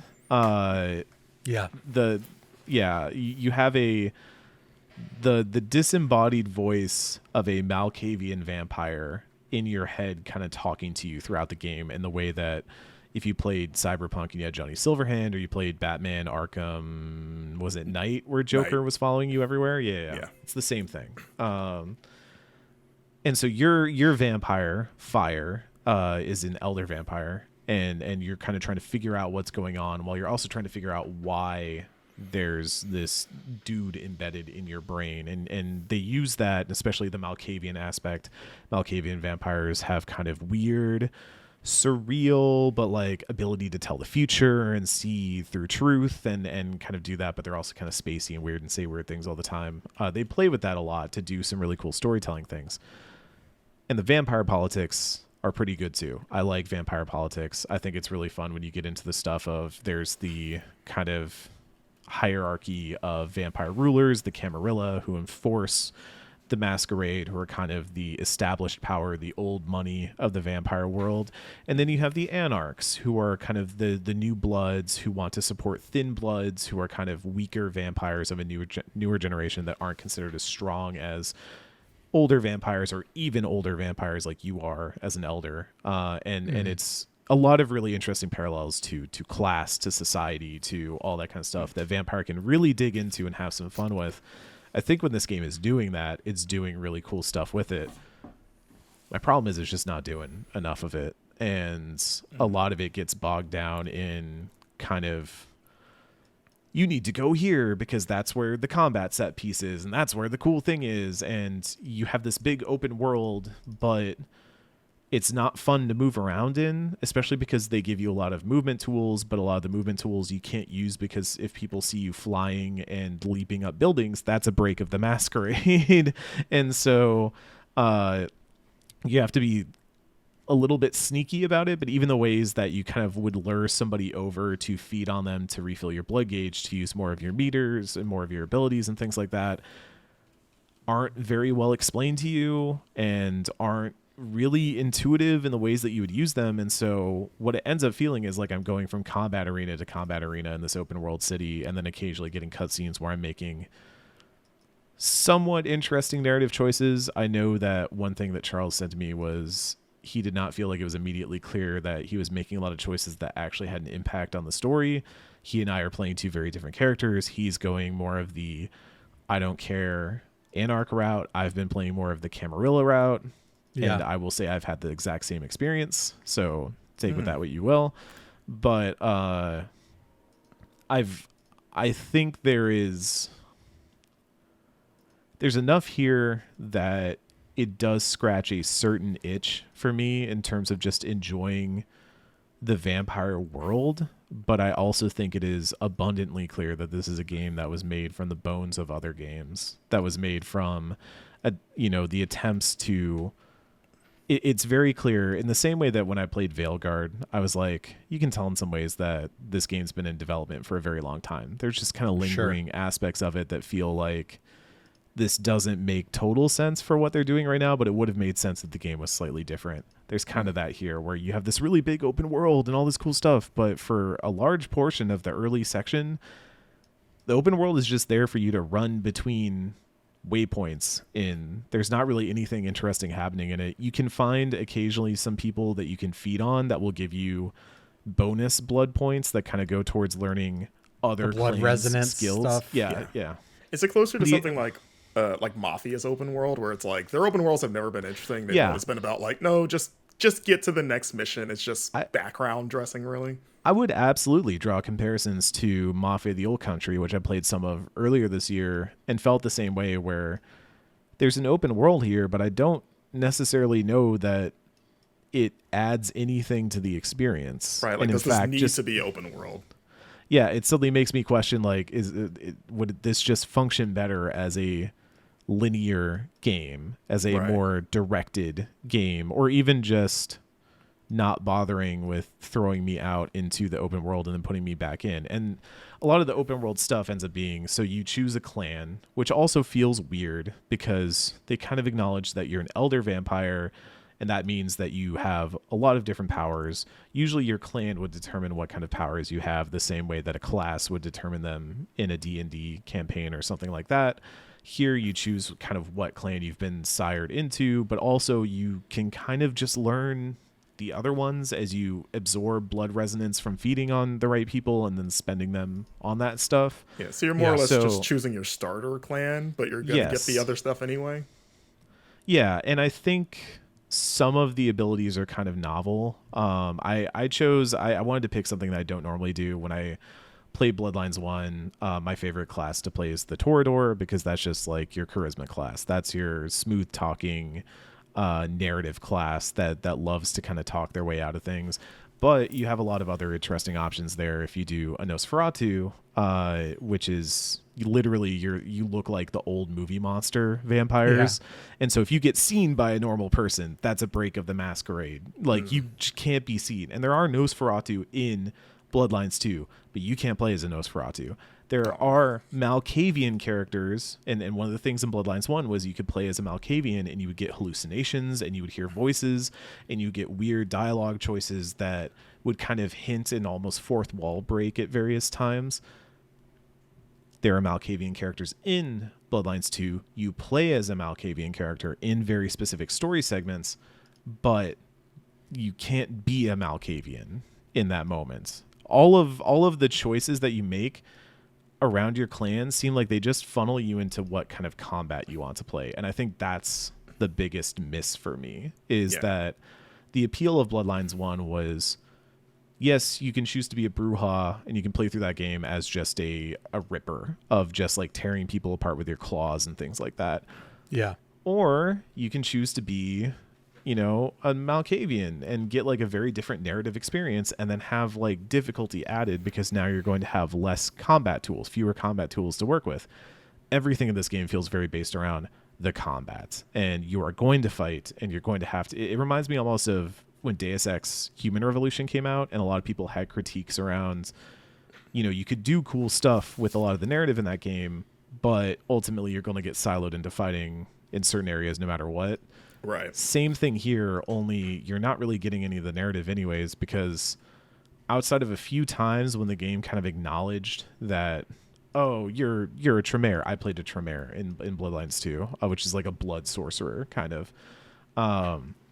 There's one character who's like, oh, that's why you're stinky, because like the stereotype around the Tremere is that they just love to be around blood and they read their books all the time. They don't really care for themselves hygienically. And that was about it. It's about all I've had so far in terms of recognition of my clan in the first 7 hours or so. You guys know. Yeah. I got called Stinky. But that hurt his feelings. Yeah. It bums me out because I think when I think back to Bloodlines 1, again, one of the big things in that game is it gives you a lot of almost ImSim type elements. I think as much as it is a CRPG, it also has a lot to share in common with games like Deus Ex, where you have multiple ways of kind of approaching different encounters, of handling them in different ways, of stealthing or talking or doing combat. And here the play space feels much more narrow, much more hemmed towards the combat. I don't think the combat's all that interesting either. I think the parry system doesn't feel great. I think a lot of the combat abilities don't feel great. For some reason, you don't pick up guns. So you don't have weapons at all. Right. What is that you normal for like the franchise? In Vampire Bloodlines 1, you could absolutely pick up weapons and you know, keep a few things on you for when things got messy. Okay. And usually in that case, you would also use your claws because a vampire's claws are usually going to be more powerful than most other stuff you have in that game. Sure. But it is still acknowledged, and even in Bloodlines 2, they acknowledge, you know, there's a section where Fire wakes up and is talking to some vampires, is like, hey, like, what's different in this time right now? And one of the characters says, guns are pretty powerful right now. Like they've gotten a lot stronger in the 100 years that you've been asleep. You know, they're not muskets anymore. You might want to be afraid of them a little bit because one of the ways to actually kill a vampire in the vampire series is to take their head off. And boy, howdy, are there shotguns and things like that in this game that can absolutely do that. And so it's weird to acknowledge that, but then what Fire has is basically a telekinesis that lets you grab something, and it's kind of your way of picking things up, so you can throw bottles and bricks to distract people in stealth sections, or you can just hit them with it, or you can like telekinesis a gun, and then Fire will like point it and shoot it with his telekinesis. Like what if Jean Grey fired a pistol by just thinking about doing it, right? Like that sort of thing. Yeah. And that feels like a very strange decision in this moment. And I guess the idea was that they want you to be kind of in the moment and fighting characters and not relying on just, oh, I'm playing a shooter. But guns still end up being a very crucial part of big combat arenas where you're dealing with a lot of enemies. They're all swarming you at the same time. You might not be a combat class that's built for that. So you might need to be knocking people's weapons out of their hands and picking them up and firing them back at them and stuff like that. As a Tremere, I was having to do that a lot because my other move was just curse somebody with a blood curse that makes it so once you have to like kind of concentrate and kind of do your casting magic on them. And then once it's casted, the next thing they get hit by will just kind of make them explode in a blood explosion and deal damage to everybody else around them. So I would kind of curse somebody from the stealth, from the shadows, and throw a brick at them, and then they blow up and kill a bunch of people, and then I'd go in and sweep up and take out everybody left. But a lot of times that meant I needed guns, I needed pipes, I needed weapons that I could use to kind of fight people, and it never really felt that great to do. So yeah, Bloodlines 2, I think it's another case of this game was about as good as it could have wound up being, and I have a lot of sympathy for the people who worked on it for years and got laid off. I have a lot of sympathy for the people who had to pick up a project that had been in development for so long and see it across the finish line. But I think it wears a lot of its long development on its sleeve in that way. And I'm hopeful that it picks up a little bit more steam. I do think the way in which it could salvage itself for me would be if the story gets more interesting, if the characters get more. I do find the characters very interesting. I think their vision of Seattle as a vampire town is very compelling. I think a lot of the characters that they have installed, there's a new prince, there's a fight for power, a clear divide between what the Thin Bloods want and them wanting to see Seattle as kind of a refuge city for Thin Bloods, where other cities will not acknowledge Thin Bloods or will oftentimes hunt them down and kill them because they see them as weaker vampires. And I find that tension very interesting. I find the politics of this game very interesting, but I think that's kind of going to have to be the saving grace because I don't know that the combat or anything like that is really going to do anything for me in this game. Damn. That's a bummer. Yeah. You think you'll stick with it? See it through to the credits? I probably will. I've seen a lot of vampire games through just because I do like this world so much. I think if you're listening to this and any of that sounded appealing, maybe worth checking out. I mean, I will tell you that Vampire the Masquerade Bloodlines 1 is still one of my favorite games of all time. I was actually replaying it ahead of this game coming out, and it stands the test of time. It's very, very good. And there was the, I think, fairly underrated Vampire the Masquerade Swan Song that came out a while ago. Yeah. Was it 2022 or something? Yeah, Reiner really liked that one. He reviewed that. It's a very, I don't know that I think it also has its own problems, but I think it was a very interesting take on the vampire world and did some really cool things in that realm, especially if you have often missed the sort of Telltale style of games or that sort of adventure game setup. It does some really cool things in that respect. So yeah, I've been sitting on that game. I have it on like Steam or the Epic Store. Cool. Yeah, I that's a bummer. I was looking forward to playing this as someone that like this was going to be sort of like my gateway into Vampire the Masquerade. Like I've never played the tabletop game or the original game. There was a point where, and this might still happen, we even thought about playing the first game as like a super replay, which could still happen. May Eric get you to do that. Who knows?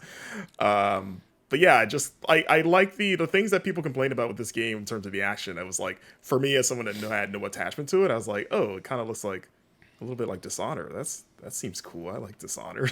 I don't know if that, it doesn't sound like it's exactly accurate, especially like immersive sim stuff. Like I'm sure it's not that, but just like it tickled that part of my brain of like, maybe this will be for me as someone that is not precious to this series. But hearing the combat is not great. It's actually that's a really big bummer.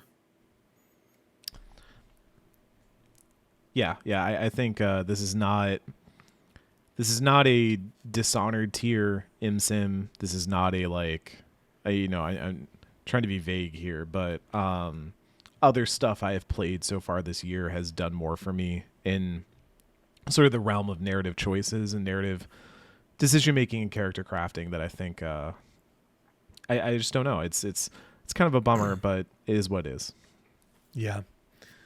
Well, taking a wild turn here from Bloodlines to a different kind of Bloodline, the front line, Battlefield 6, which I've been playing quite a bit. Is everyone related on the front line?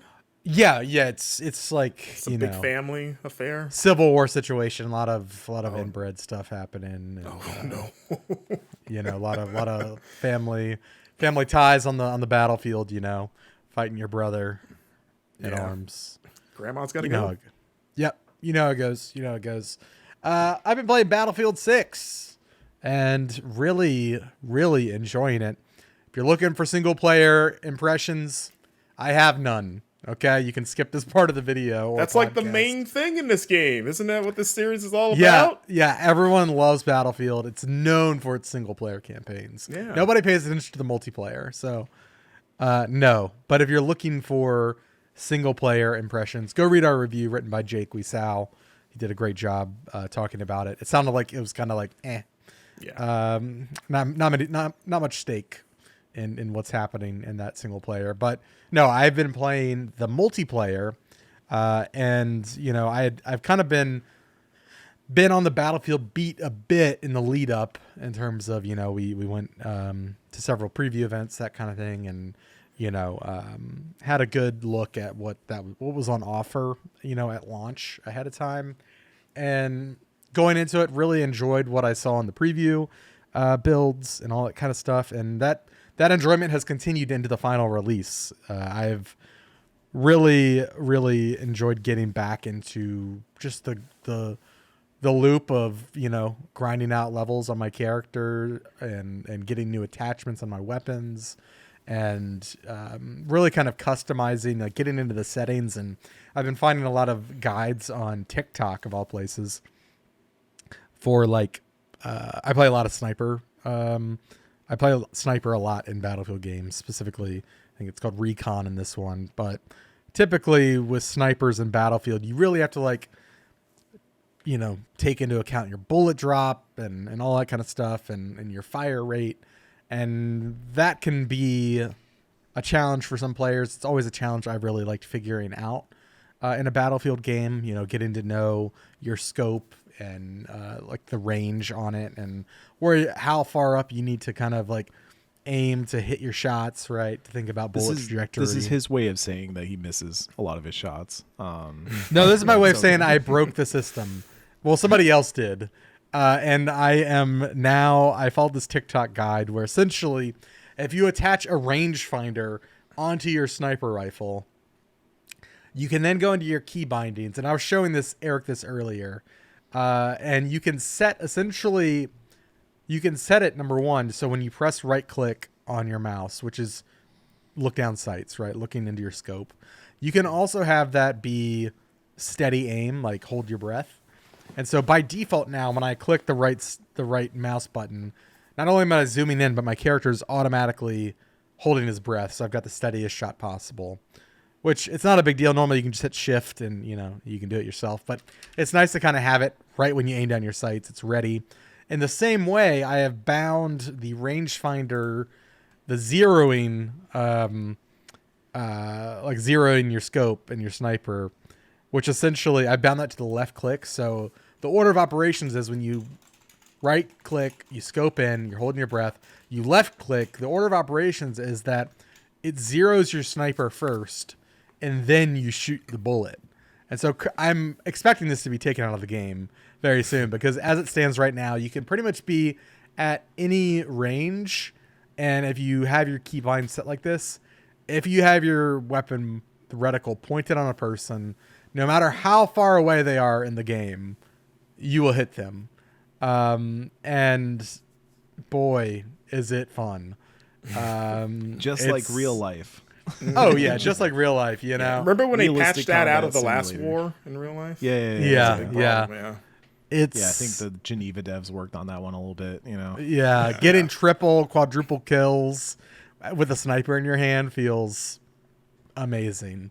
And it feels like everybody has the tech to do it. It's not like a exploit. Like anybody can go and do this. So yeah, it's fun. Yeah, that makes it okay. Yeah. It's definitely not going to stay in the game. I can almost assure you they're going to. Well, it was this. until you just called it out for everyone. Yeah, well, I got it from TikTok. Yeah, that's me. Yeah. But in general, we're gonna catch the heat for it, not the TikTok creators. You gotta learn this lesson the hard way. Yeah, it is what it is, you know. But I'm really enjoying Battlefield. It's it's taken me back to BattleBit when Eric and I played that when that first came out. I forgot about that game. Yeah, and BattleBit was just, came out at a time where the Battlefield series was hurting, and there's such a fun, sticky, unique feeling to Battlefield that other series just can't replicate or haven't. And BattleBit was the closest thing. BattleBit did a great job. But to have the real thing with all the features and the polish and the backing of like 7 studios behind it and to one mega studio, which is problematic in other ways, but for the sake of getting a good Battlefield game, I think it has paid off for them. I'm really enjoying the maps. There are some levels I don't love. Like I kind of prefer the bigger ones where you have all the vehicles in play, but there's a fair amount of modes that you can choose from, and each of them are, pretty fun. I think the escalation is the new mode where Jay called it out in our review. And I think I might have talked about it on this show previously, but sort of like, you start with 5 or 6 points and the map is slowly kind of closing out as the longer you hold like a zone, eventually it just becomes your territory. And so the amount of points on the map you're fighting over gets shorter and shorter, and thus get more intense. Every area gets more intense because it's getting more focus. And that's a really fun way to play. But I mean, just getting in there and playing Breakthrough is really my preferred way to play, like attack and defend. And yeah, that's what I want to play tonight. I just want to get on a Battlefield after work and grind some attachments on my weapons and have fun with friends, get on some voice chat, and just get up to shenanigans. The shenanigans have been pretty fun as someone who has been on that voice chat. I mean, when we were playing the other day during our Cuff Bust stream, I was reminded of what one of the greatest joys in gaming is, which is the first time you boot up a Battlefield. And it doesn't have to be your first time playing Battlefield, it just has to have been a while. But the first time you get in a helicopter and you have to attempt to fly the helicopter, I don't think I've laughed that hard in a long time. Our good friend Jesse Vitelli was flying the helicopter, and I was on one of the side gunner positions. Man. And at multiple points, we were on solid 90-degree angles wedged between buildings and flinging around, and just all the alarms going off, and then being like, don't worry, we're fine. And then just seeing rotors chop through fuselage and things like that. It was... I love Battlefield when it's doing that. I think it's one of the funniest games that is not supposed to be funny out there. 100%. Yeah. Yeah. I think those games are incredible at player interaction when you get down to that, and the ways that silly player interactions can play out. And if anything, I wish they leaned into that more. I'm somebody who really loved, I would play a Battlefield 2 a lot, and Battlefield 1942 back when that came out. And I loved those games because they would often have those kind of strategic emplacements, but I would sneak to the back of the enemy lines and plant C4 on their jets, and then I would wait, and then somebody would hop in the jet and start to take off, and I'd wait for them to just get off the runway, like wheels just starting to lift into the air, and then boop, and watch it explode and be like, got him. And then I'd wait for the next jet to respawn. I'd do it all over again. It was good stuff. I haven't really found ways to do that kind of chaos in Battlefield 6 yet, but it does just have some good chaos. I wish the maps were a little bit more, I don't know, individual, if that makes sense. Yeah, that's a lot fair. of the maps outside of the New York map, even the New York map at times feels a little samey because of the level destruction. At some point, all the buildings just start falling to pieces, and they kind of maps start to feel very samey as they all turn to rubble. And I wish they had a little bit more personality to some of the points that you're holding. They tend to fall within kind of the usual suspects of what you would expect from that sort of stuff. I wish there was a little bit more dynamism in that regard. I think that's my only major critique of the multiplayer so far. Yeah, I would agree with you. I think that's my major critique as well. But it's not really necessarily hindering my enjoyment most of the time. No, it's something I would like to see them address in future map updates, like as they bring out new seasons and that kind of thing with this game. I'd like to see some more personality in those maps for sure. If Wake Island ain't in that game right now, Wake Island is going to be in that game at some point. Oh man, there's no way they're not going to put a Wake Island in there. So yeah, but they would need boats. They do need boats. Boats are crucial. There are no boats in the game right now. Yeah. There are no boats, but I must wake. Yeah, exactly. I need them to add that for sure. Yeah, But I really want to see. Yeah, that's you very can true. absolutely I've crash. always Nobody's said ever that crashed a about boat No one's in ever Battlefield. done it. A boat has never crashed before. Yeah. There's no icebergs in this game, so we're fine. Yeah. I do. Oh, you'd said something that triggered something in my brain. It was about boats. The 1997 film Titanic? No, it was about Battlefield, but that's okay. Yeah, I don't know. Wake Island, boats. I have no boats, but I must wake. Yeah, that was all good stuff. I don't know where. I like that the where Wake Island had. I think it was the 1942 one had the aircraft carriers, so you did the aircraft carrier takeoff because people are so bad at aircraft carrier takeoffs, and it's hard. That's a short runway, and if you got to refuel that thing, good luck. Like honestly, you're just crashing the plane and respawning it at that point. Oh yeah, yeah. I don't know anybody. I've never seen somebody actually land the plane. Yeah. Yeah. I think in modern battlefields, you don't have any sort of need to refuel or restock or anything like that. I was driving one of the anti-air tanks because I'm a nerd that likes to operate the anti-air vehicles, the big radar dishes and stuff. And I was noticing, I was like, oh, normally I would be like, I need to be an engineer so I can repair and restock and things like that. And I was like, oh, I don't need to. It just kind of like auto restocks. There is a passive. Yeah, there's a passive for engineers that if you're in vehicles, you'll automatically. Yeah. But you don't have to worry about refueling. Which I'd like to see, them kind of tinker with that kind of mechanic. Put supply lines in Battlefield. You know what I'm saying? Yeah. A dude like running some tank shells to the front line to restock the Abrams and all that kind of stuff. That'd be kind of fun. That sounds like the kind of shenanigans you get up to in what is that game? Oh God, I played it for a little. I played it for very little. Hell Let Loose. Yeah. They've got some of that kind of stuff in there a little bit.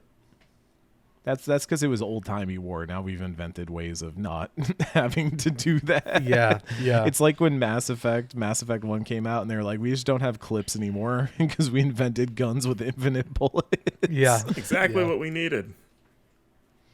Yeah, we all needed that. Finally, we wiped out bullet scarcity. But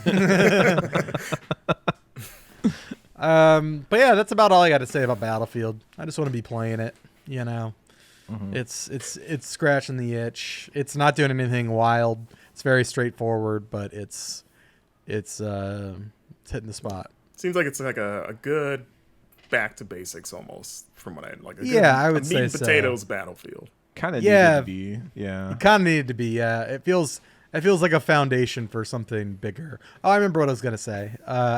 I'm very curious to see how Portal evolves, which is their UGC platform for people making maps and modes and all that kind of thing. I would like to see what emerges from that. I've thought about tinkering with that myself, because I messed with it in 2042 a bit, and I know they've kind of upgraded what you can do with it a fair amount. So I want to get in there and tinker with that and see what's what. I don't know that I would think of Battlefield as the kind of space that you would have incredible room for verbiage to evolve in a UGC environment. Because when I think of UGC within a game like this, I think of Halo and how really cool stuff came out of people being given the tools to just make whatever they wanted to in Halo. But I don't know that all of the mechanics of Battlefield would lend themselves well to that. But also, like, I don't know, prove me wrong. Like go out there and do something cool with it. Even if it's just we made only up, but you're playing as a bunch of random army soldiers. Yeah. I mean, honestly, I would like to see just like maps, user created maps, see what comes out of that. But yeah, and I think right now it's mostly, I've just seen modes. Yeah. I don't know if there's an actual level editor or I think there is. You have to, I don't know how they've got it all working. It's kind of separate in a weird way. Like you can log into the browser. Yeah, I know it's editable maps. I would love one. Custom logic, and like you can mess with the AI stuff too. So I want to dive in because I used to be big into Forge, and I like at least dabbling with these things when they come out. But yeah, I'm gonna toss it over to you, Marcus. You've been playing a game called By Sweet Carole. Is that right? Yep. I don't know anything about this game, so please enlighten me. Yeah, this game caught my eye, God, probably like a year ago with a trailer. The thing about this game, if you've never heard of it, is the art direction, which it's very evocative of classic Disney's, or specifically like maybe like old animated movies, but like I think Disney is probably where your mind's gonna go, especially in particular like the work of Don Bluth, like his era of Disney and his films. It's not like a 1-to-1, but it's like the closest comparison. And it's also like despite looking like a whimsical Disney movie, it's a bit of a horror game, where you control a sort of almost like prototypical Disney princess-esque character who is an orphan at this sort of like all-girls school. It's set in England in the early 1900s, and it's the school's called Bunny Hall, and it's this girl that's kind of like looking for her friend Carol. Like the girl's name's Lana, and her friend Carol has gone missing. She doesn't know why. They're like best friends, and everyone at the school is pretty horrible to Lana. Like there's like sort of like the mean girl group there that kind of bullies her all the time, and then her like, I don't know if she's like the headmistress or one of her teachers is kind of mean to her too. And everyone's just kind of like out against her just for being like different and weird and not like a proper lady. So the game itself, it's basically an old school point and click adventure combined with like a little bit of a platformer, but it's got the point and click kind of vibes. Like you're exploring these environments, you're picking up items, you got like an inventory, and you're just trying to pretty much complete like a complicated order of operations to get out of like a room or to escape something. So there's like stealth involved. There's a bit of like hide and seek stuff where you're like hiding from characters, and you have like you can hold your breath, kind of like an amnesia thing, to make sure that creatures don't find you. Like it's like a mix of a couple of different genres.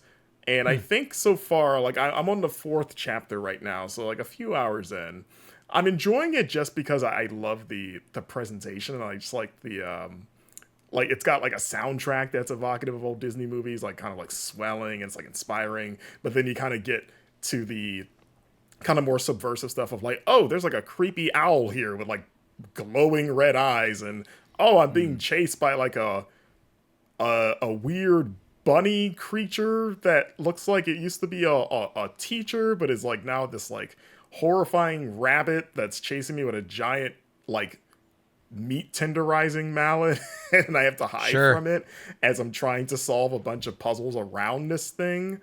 Like it's been pretty enjoyable, if not just a little like, you know, like kind of by the numbers, like adventure game stuff.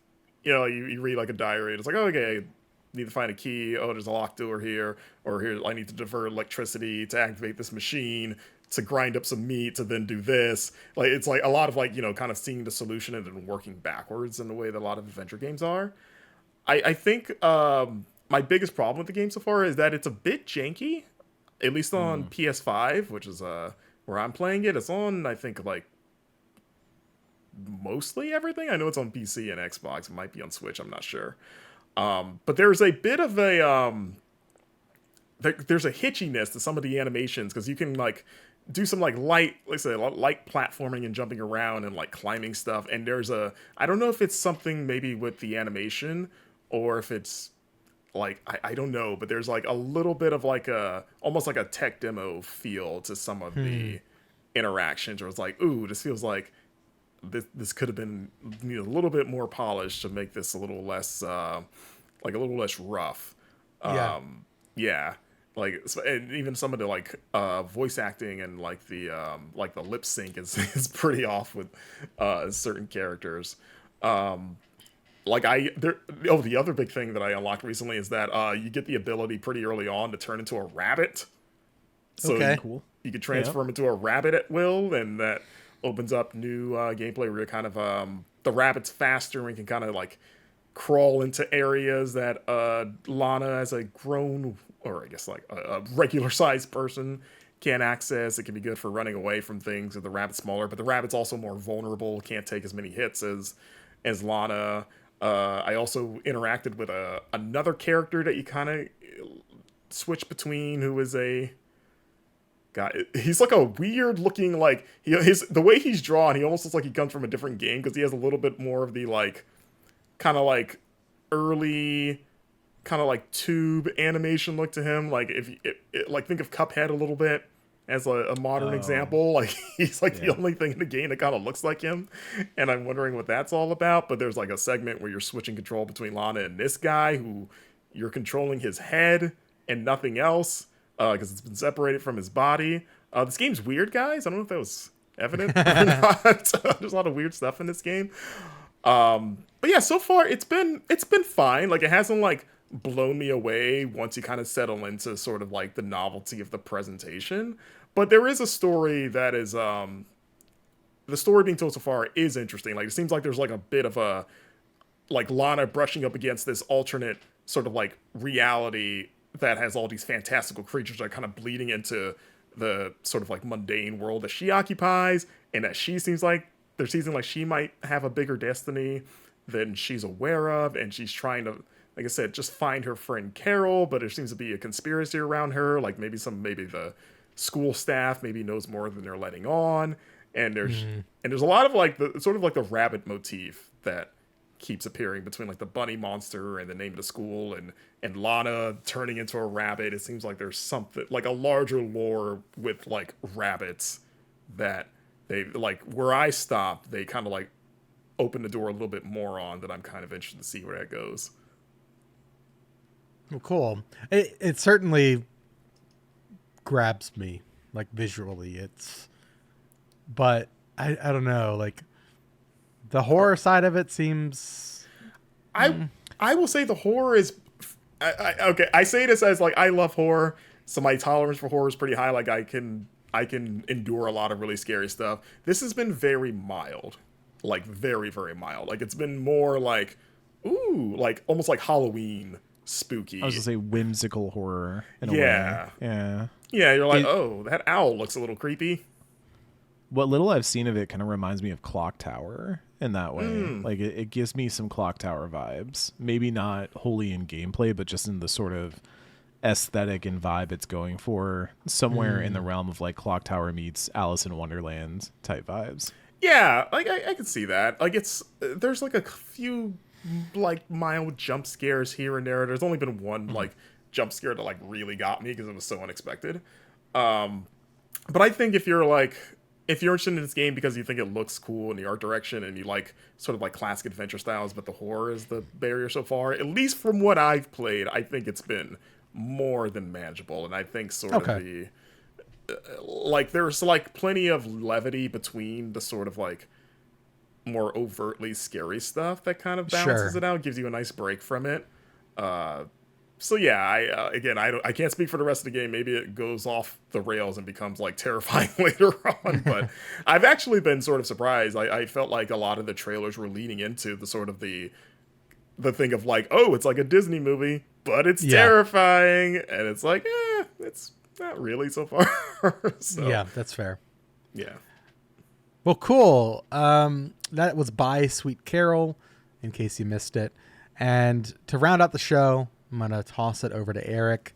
I want to hear your very, very early impressions of Pokemon Legends Z to A. I've got my copy right here, which, okay, I want to say something real quick. Number one. Uh-oh. Nintendo. What are we doing with this Why This is box. Why is there a paragraph? Did they put a back of the box quote on the front? What is that down there? Yes, there's a back of the box quote that says includes the Nintendo Switch game and Nintendo Switch 2 edition upgrade pack. Upgrade pack also available separately. For details, visit, and then it's other languages, and then there's a support page. There's a QR code. Please, for the love of God, just like you've already got so much text on the back. Just add some more text, okay? Alex, the thing I'm curious about, can you turn it back around to the front? I'm not sure how I'm supposed to know that this is the Nintendo Switch 2 version of the video game. Right? What is this? The red bar and the text underneath the logo, and then the giant block of text at the bottom of oh, don't worry. art Don't worry. is not doing enough to alert me. Oh, okay, thank God. Yeah. It also it's going to be found in the Switch 2 section of the, whatever store you get it from. I'm only being a little facetious because I know that there's still going to be people that are like, I accidentally bought the Nintendo Switch 1 version of this game. They get what they deserve. Yeah. But also, I don't know, like, Nintendo, you can leave the dumb people behind a little bit, okay? Like, Nintendo has never done that. They are like, have you seen their tutorials in their games? Yeah, listen, let's raise the bar a little bit, Nintendo. You know, let's expect a little more from our players. Yeah. And also, why is the Pokemon Legends logo is blurry if you get close? Is it really? That is not my camera. That is like, there is just an inherent blur. Oh, it is. It's a little like not as sharp as it's way easier to see in person when you hold it up like, 5-6 inches from your face. It looks like they took the logo and like upscaled it in Photoshop. It looks like a rastered image. No, it's an artistic choice. It's the blur for how fast you're going to be opening that box to get. I wish the camera really showed it off. No, I think you can tell even here that it's like not quite as sharp as you would expect that. Yeah, what's going on, man? Yeah. It feels like I'm curious. We're gonna find out. I hope that's not I hope that's not an omen for like the graphical fidelity. Hold on, let me see. Is there like a clean version on the back? No, Alex is taking the version. He's taking the Alex for audio listeners. Alex just took the box art out of the box, and I guess the inner art is a map. That's cool. And well, I was hoping there was swallowing the Switch 2 cartridge hole. Yeah, I was hoping there was like a clean version of this without all the dumb text on the front cover. Yeah, that's. I didn't realize it was E10 plus. Does the fantasy violence really put it over? Oh, someone dies in this game, probably. I think so. Yeah, they gave Pikachu a gun. It's crazy. He doesn't shoot it, but he does wield it aggressively. I mean, the end of Scarvi is kind of dark. Like. Yeah, maybe they're ratcheting it up in this one. But yeah, I'm just kind of disappointed in the production quality of the physical version of this thing.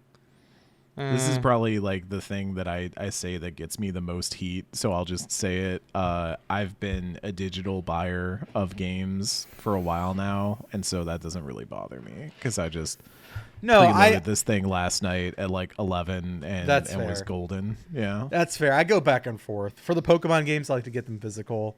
I get that. And I only do it for Nintendo. I don't. Everything else is digital. Yeah. But I try to get their first party games. Yeah. A lot of the Switch games I have are the ones that were like very low print. So like I have like House and Fata Morgana and things like that. Like very They weren't gonna have a big run. Anyways, Pokemon Legends. Yeah. Tell me what this game is like that I haven't played yet. So we will have coverage coming of this in a more robust format. Brian Shea is currently locked in the review chamber with no sunlight or very. We said we're not letting him out until he catches them all. Exactly. He's going to catch them all, or he's going to stay in there trying. No, so he's working on that for us. I did boot this up last night and play about, say, like an hour and a half of ZA. My early takeaways, I feel like I got a sense of this when I was, we did the NGT a while ago, and then we also there have been previews and stuff like that. It is really interesting the way that they have kind of reinvented Pokemon combat in this game, because I think I had noticed before that it seemed a little bit different than what you would normally expect from Pokemon, while still maintaining a lot of the core tenets of what Pokemon combat is. But then when I was actually playing it, I thought it was a little bit interesting the way it played out. Basically, you are running around on the map, And I'm not outside of what looks like the mega fights where you're dodge rolling around big attacks and things like that. I'm not really sure what the idea is behind letting you just do the Dark Souls dodge roll all the time, but you can. But the more interesting thing is that you kind of issue these commands to your Pokemon to use different moves, and those moves have individual cooldown timers that remind me a lot of Xenoblade.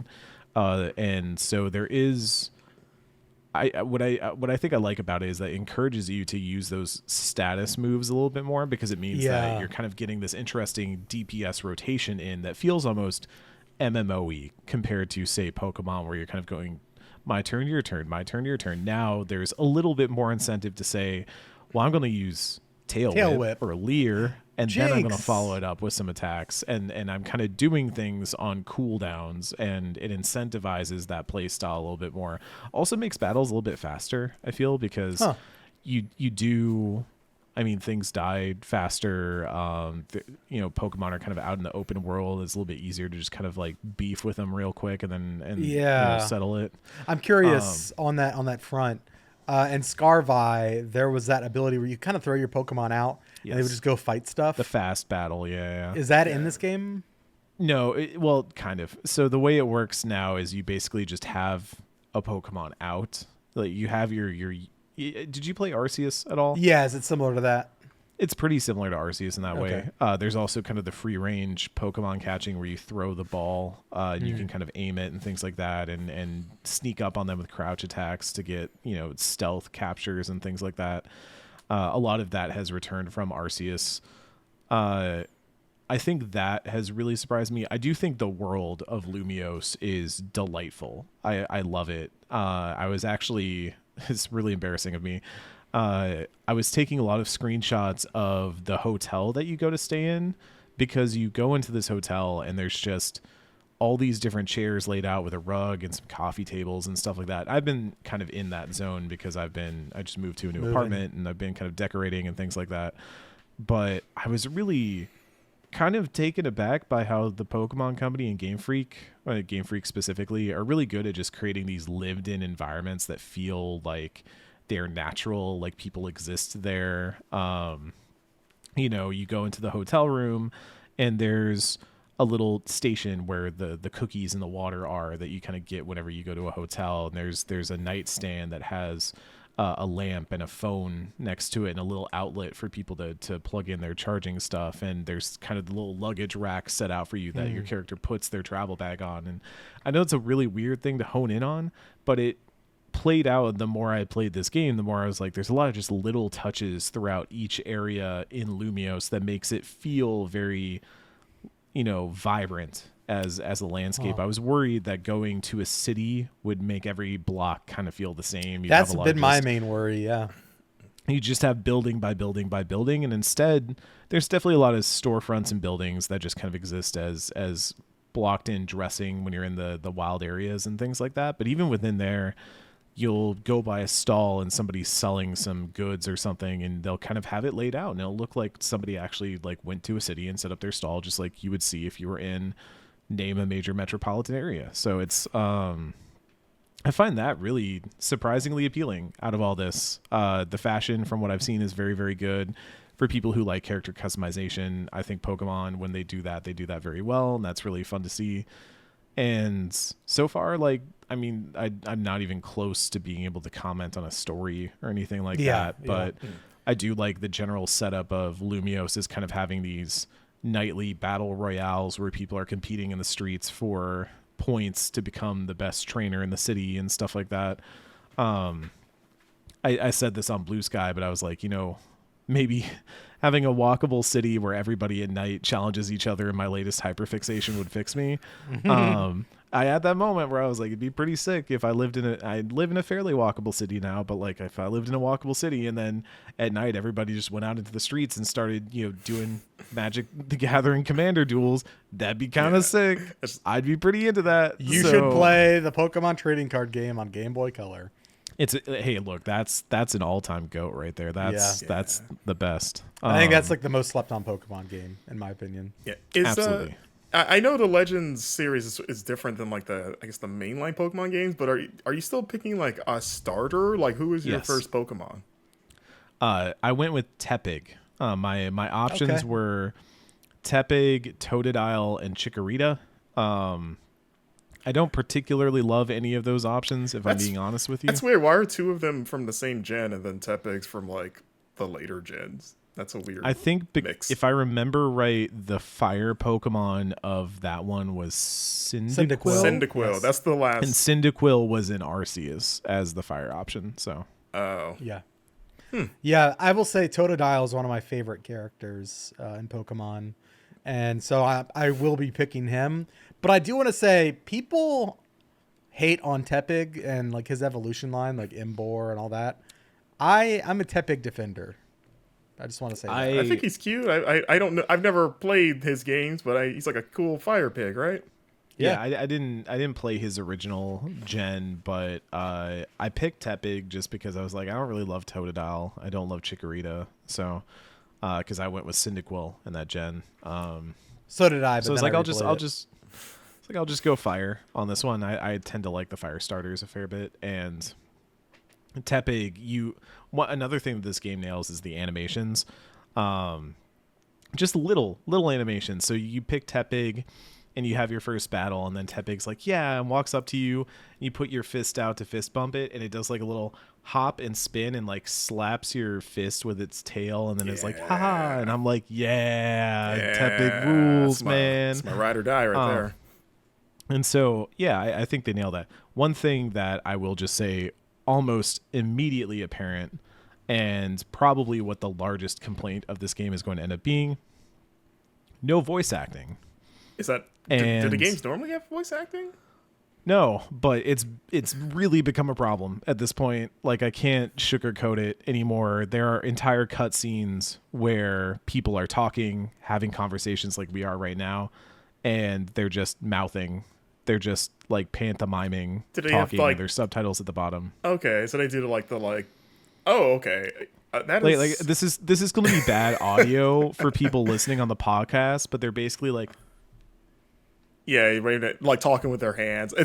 Yeah, and it reminds me of the Sonic. Really talking with their hands. I'm exaggerating that. Like they're kind of just saying things and then like mouth movements, and then there's subtitles at the bottom. Yeah, I don't know why the first thing that came to mind was the NPCs in Sonic 06. They did a lot of hand talking with the.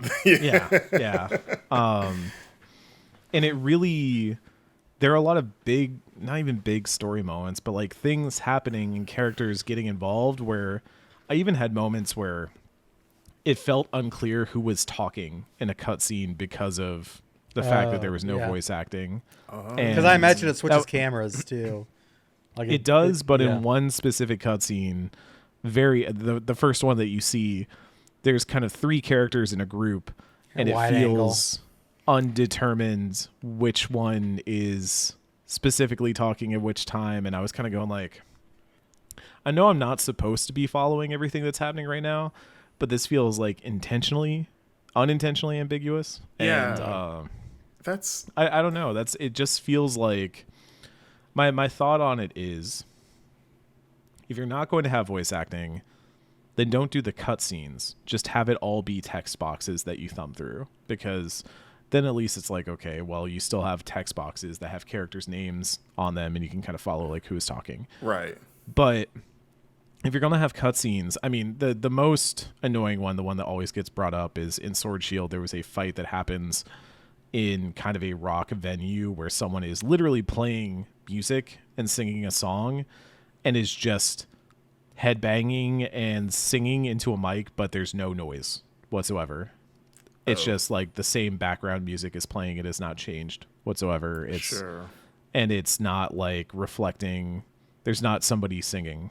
It's just someone pantomiming singing, and it's like very strange. Yeah, it kind of feels like there's plenty of games where there's no dialogue and it's supposed to be text, but I feel like they're, like I said, they're shot in a way where you're like, oh, I'm not supposed to hear this, but like what you're describing sounds like it almost feels like, oh, there was going to be voice acting, but we ran out of time. So we just didn't. There's plenty of RPGs that straddle the line of, they say like, okay, well, Final Fantasy 14 does this, Trails in the Sky just came out this year, does this, where There's not going to be text there's going to be text in a lot of scenes, but it's not always going to be voiced. It's only going to be voiced for the big cutscenes, for the big moments. Right. That would work fine. It's really weird that Pokemon is doing even more of these cutscenes and even more of these big moments. Right. It is not voice acting them. It's weird. It's just weird. And I think that is annoyingly one of the biggest knocks already of this game against it, and I think will continue to be as I get deeper into the game. But otherwise, like I a while back, I might have talked about this on the podcast actually, but Pokemon Legends Arceus is the reason that I care about Pokemon again. Straight up. Like, I had fallen completely off the Pokemon train, wasn't really into Sword Shield. Like, I thought it was fun, but I didn't think it was amazing, and it didn't reignite my love that I had when I was in Red, Blue, and Gold, Silver days. But Arceus was like the breath of fresh air that I wanted from that series.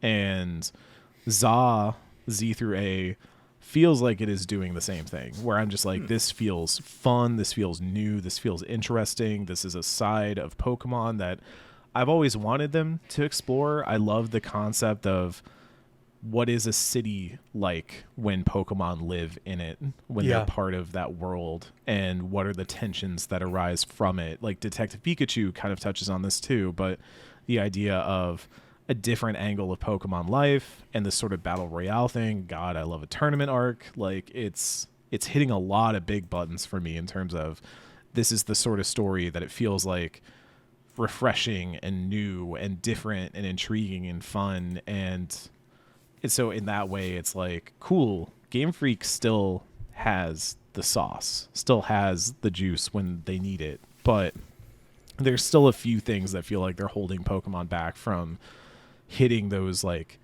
Breath of the Wild notes of like, this is becoming this giant, like defining piece of this series. Instead, it's like, we got a really good Pokemon entry, and I'm happy to have a really good Pokemon entry that I can be excited about, because I liked a lot of aspects of Scarvi, but it had a lot of hangups. It had a lot of problems with it too, and I like that I get to be a little bit less hung up on the problems here, but there are still a few like asterisks with ZA. So, but that being said, I'm really enjoying my time with it. I can already tell like this is the game that I've wanted on my Switch 2 for a while. Bonanza didn't hit as hard as I wanted it to. Mario Kart World is Mario Kart World. You know, I was never going to sit there and play like 60 hours of Mario Kart World. I was just going to race friends. That be that. But this is the game that I think I've been waiting for on my Switch 2, much like Arceus was that game for me on the Switch 1, and I'm very excited to play more of it. Nice. When Van Aken is out there in the battlefields of real war, doing crazy stuff with his hold breath drop shot crap, I'm going to be out in the streets of Lumios beating up kids, Pidgeys for points. Yeah. Well, who knows? Maybe I'll join you. Yeah. Is there? There's, I know there's multiplayer, right? Oh, okay, so the multiplayer is kind of crazy. I was jokingly calling it Pokemon Does Commander, because it's essentially 4 players in a battle arena all bring their Pokemon out and bring their teams with them, and then fight for knockout points and takedown points and things like that. So you can do kind of a weird, like, it's 4-player free-for-all, so you can build alliances and then break them and stuff like that, and you're doing kind of fun stuff with that. I have not played it yet myself, but I'm very excited to do that, because I think that's a really fun, interesting way to reimagine the Pokemon multiplayer space. I think in that way, they announced Pokemon Champions a while back as kind of this is our competitive thing. If you want to do turn-based competitive Pokemon, go play Pokemon Champions. I like that this might free them up to do some weirder things with Pokemon multiplayer moving forward. Can I ask, the last, I guess, big thing, is this game running all right on Switch 2? Yes. It seems all right so far? Yeah, I was playing it handheld last night. Kickstand it out because I just didn't want to hook up my dock to anything, and it ran super well. Maybe like a few random moments of like, going into a new area, and it was like, okay, we're good. And that was it. Otherwise, it ran really, really well. I was really happy with it. I haven't tried docked yet, so we'll see how that pans out. But definitely, I think the biggest thing I remember from games, even like Arceus, where you would see a Pokemon off in the distance and it would kind of look like a slideshow.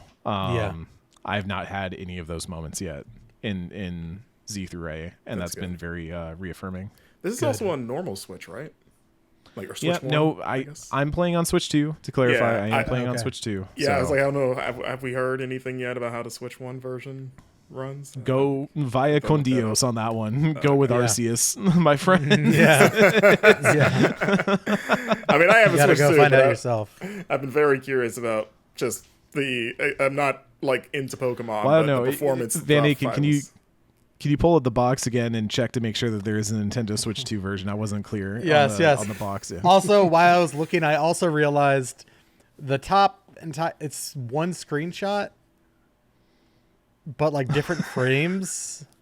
It's all the same. They're like trying to show an animation play out, I think. They tried to put a GIF on the back of the box. They could have had 5 different photos to show off the game. Nah. We got a GIF. Also, let's cover up the entire. Oh my god, yeah, this is bad product design. I'm just gonna. We should start reviewing box arts. We should start like accounting that into our review scores. Is how good the box art is. I still don't understand the giant red bar across the top of the box art that just says Nintendo Switch 2. That's, I think, maybe the most damning thing for me. That because for a while I thought that was part of the actual box and it was just built into it, but no, that's just something they're putting on all the box arts for Switch 2. Yeah, I used to think that too. Gotta let them know. That's crazy. Yeah, they're really concerned about people buying the wrong edition, I guess. I guess so. Well, that's going to be it for the show this week, everybody. Thank you for tuning in. Of course, head over to GameInformer.com/subscribe to pick up a physical magazine subscription or a digital one and get new issues of Game Informer delivered to your door or your inbox 10 times a year. We got some good stuff coming up on that front.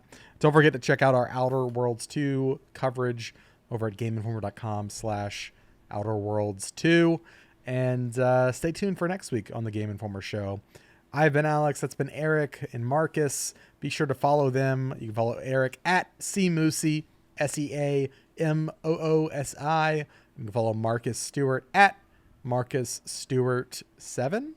Is that still right, Marcus? Yep. Cool. And you can follow me at It's Van Aken. That'll do it for the show this week. Thanks, everybody. Goodbye.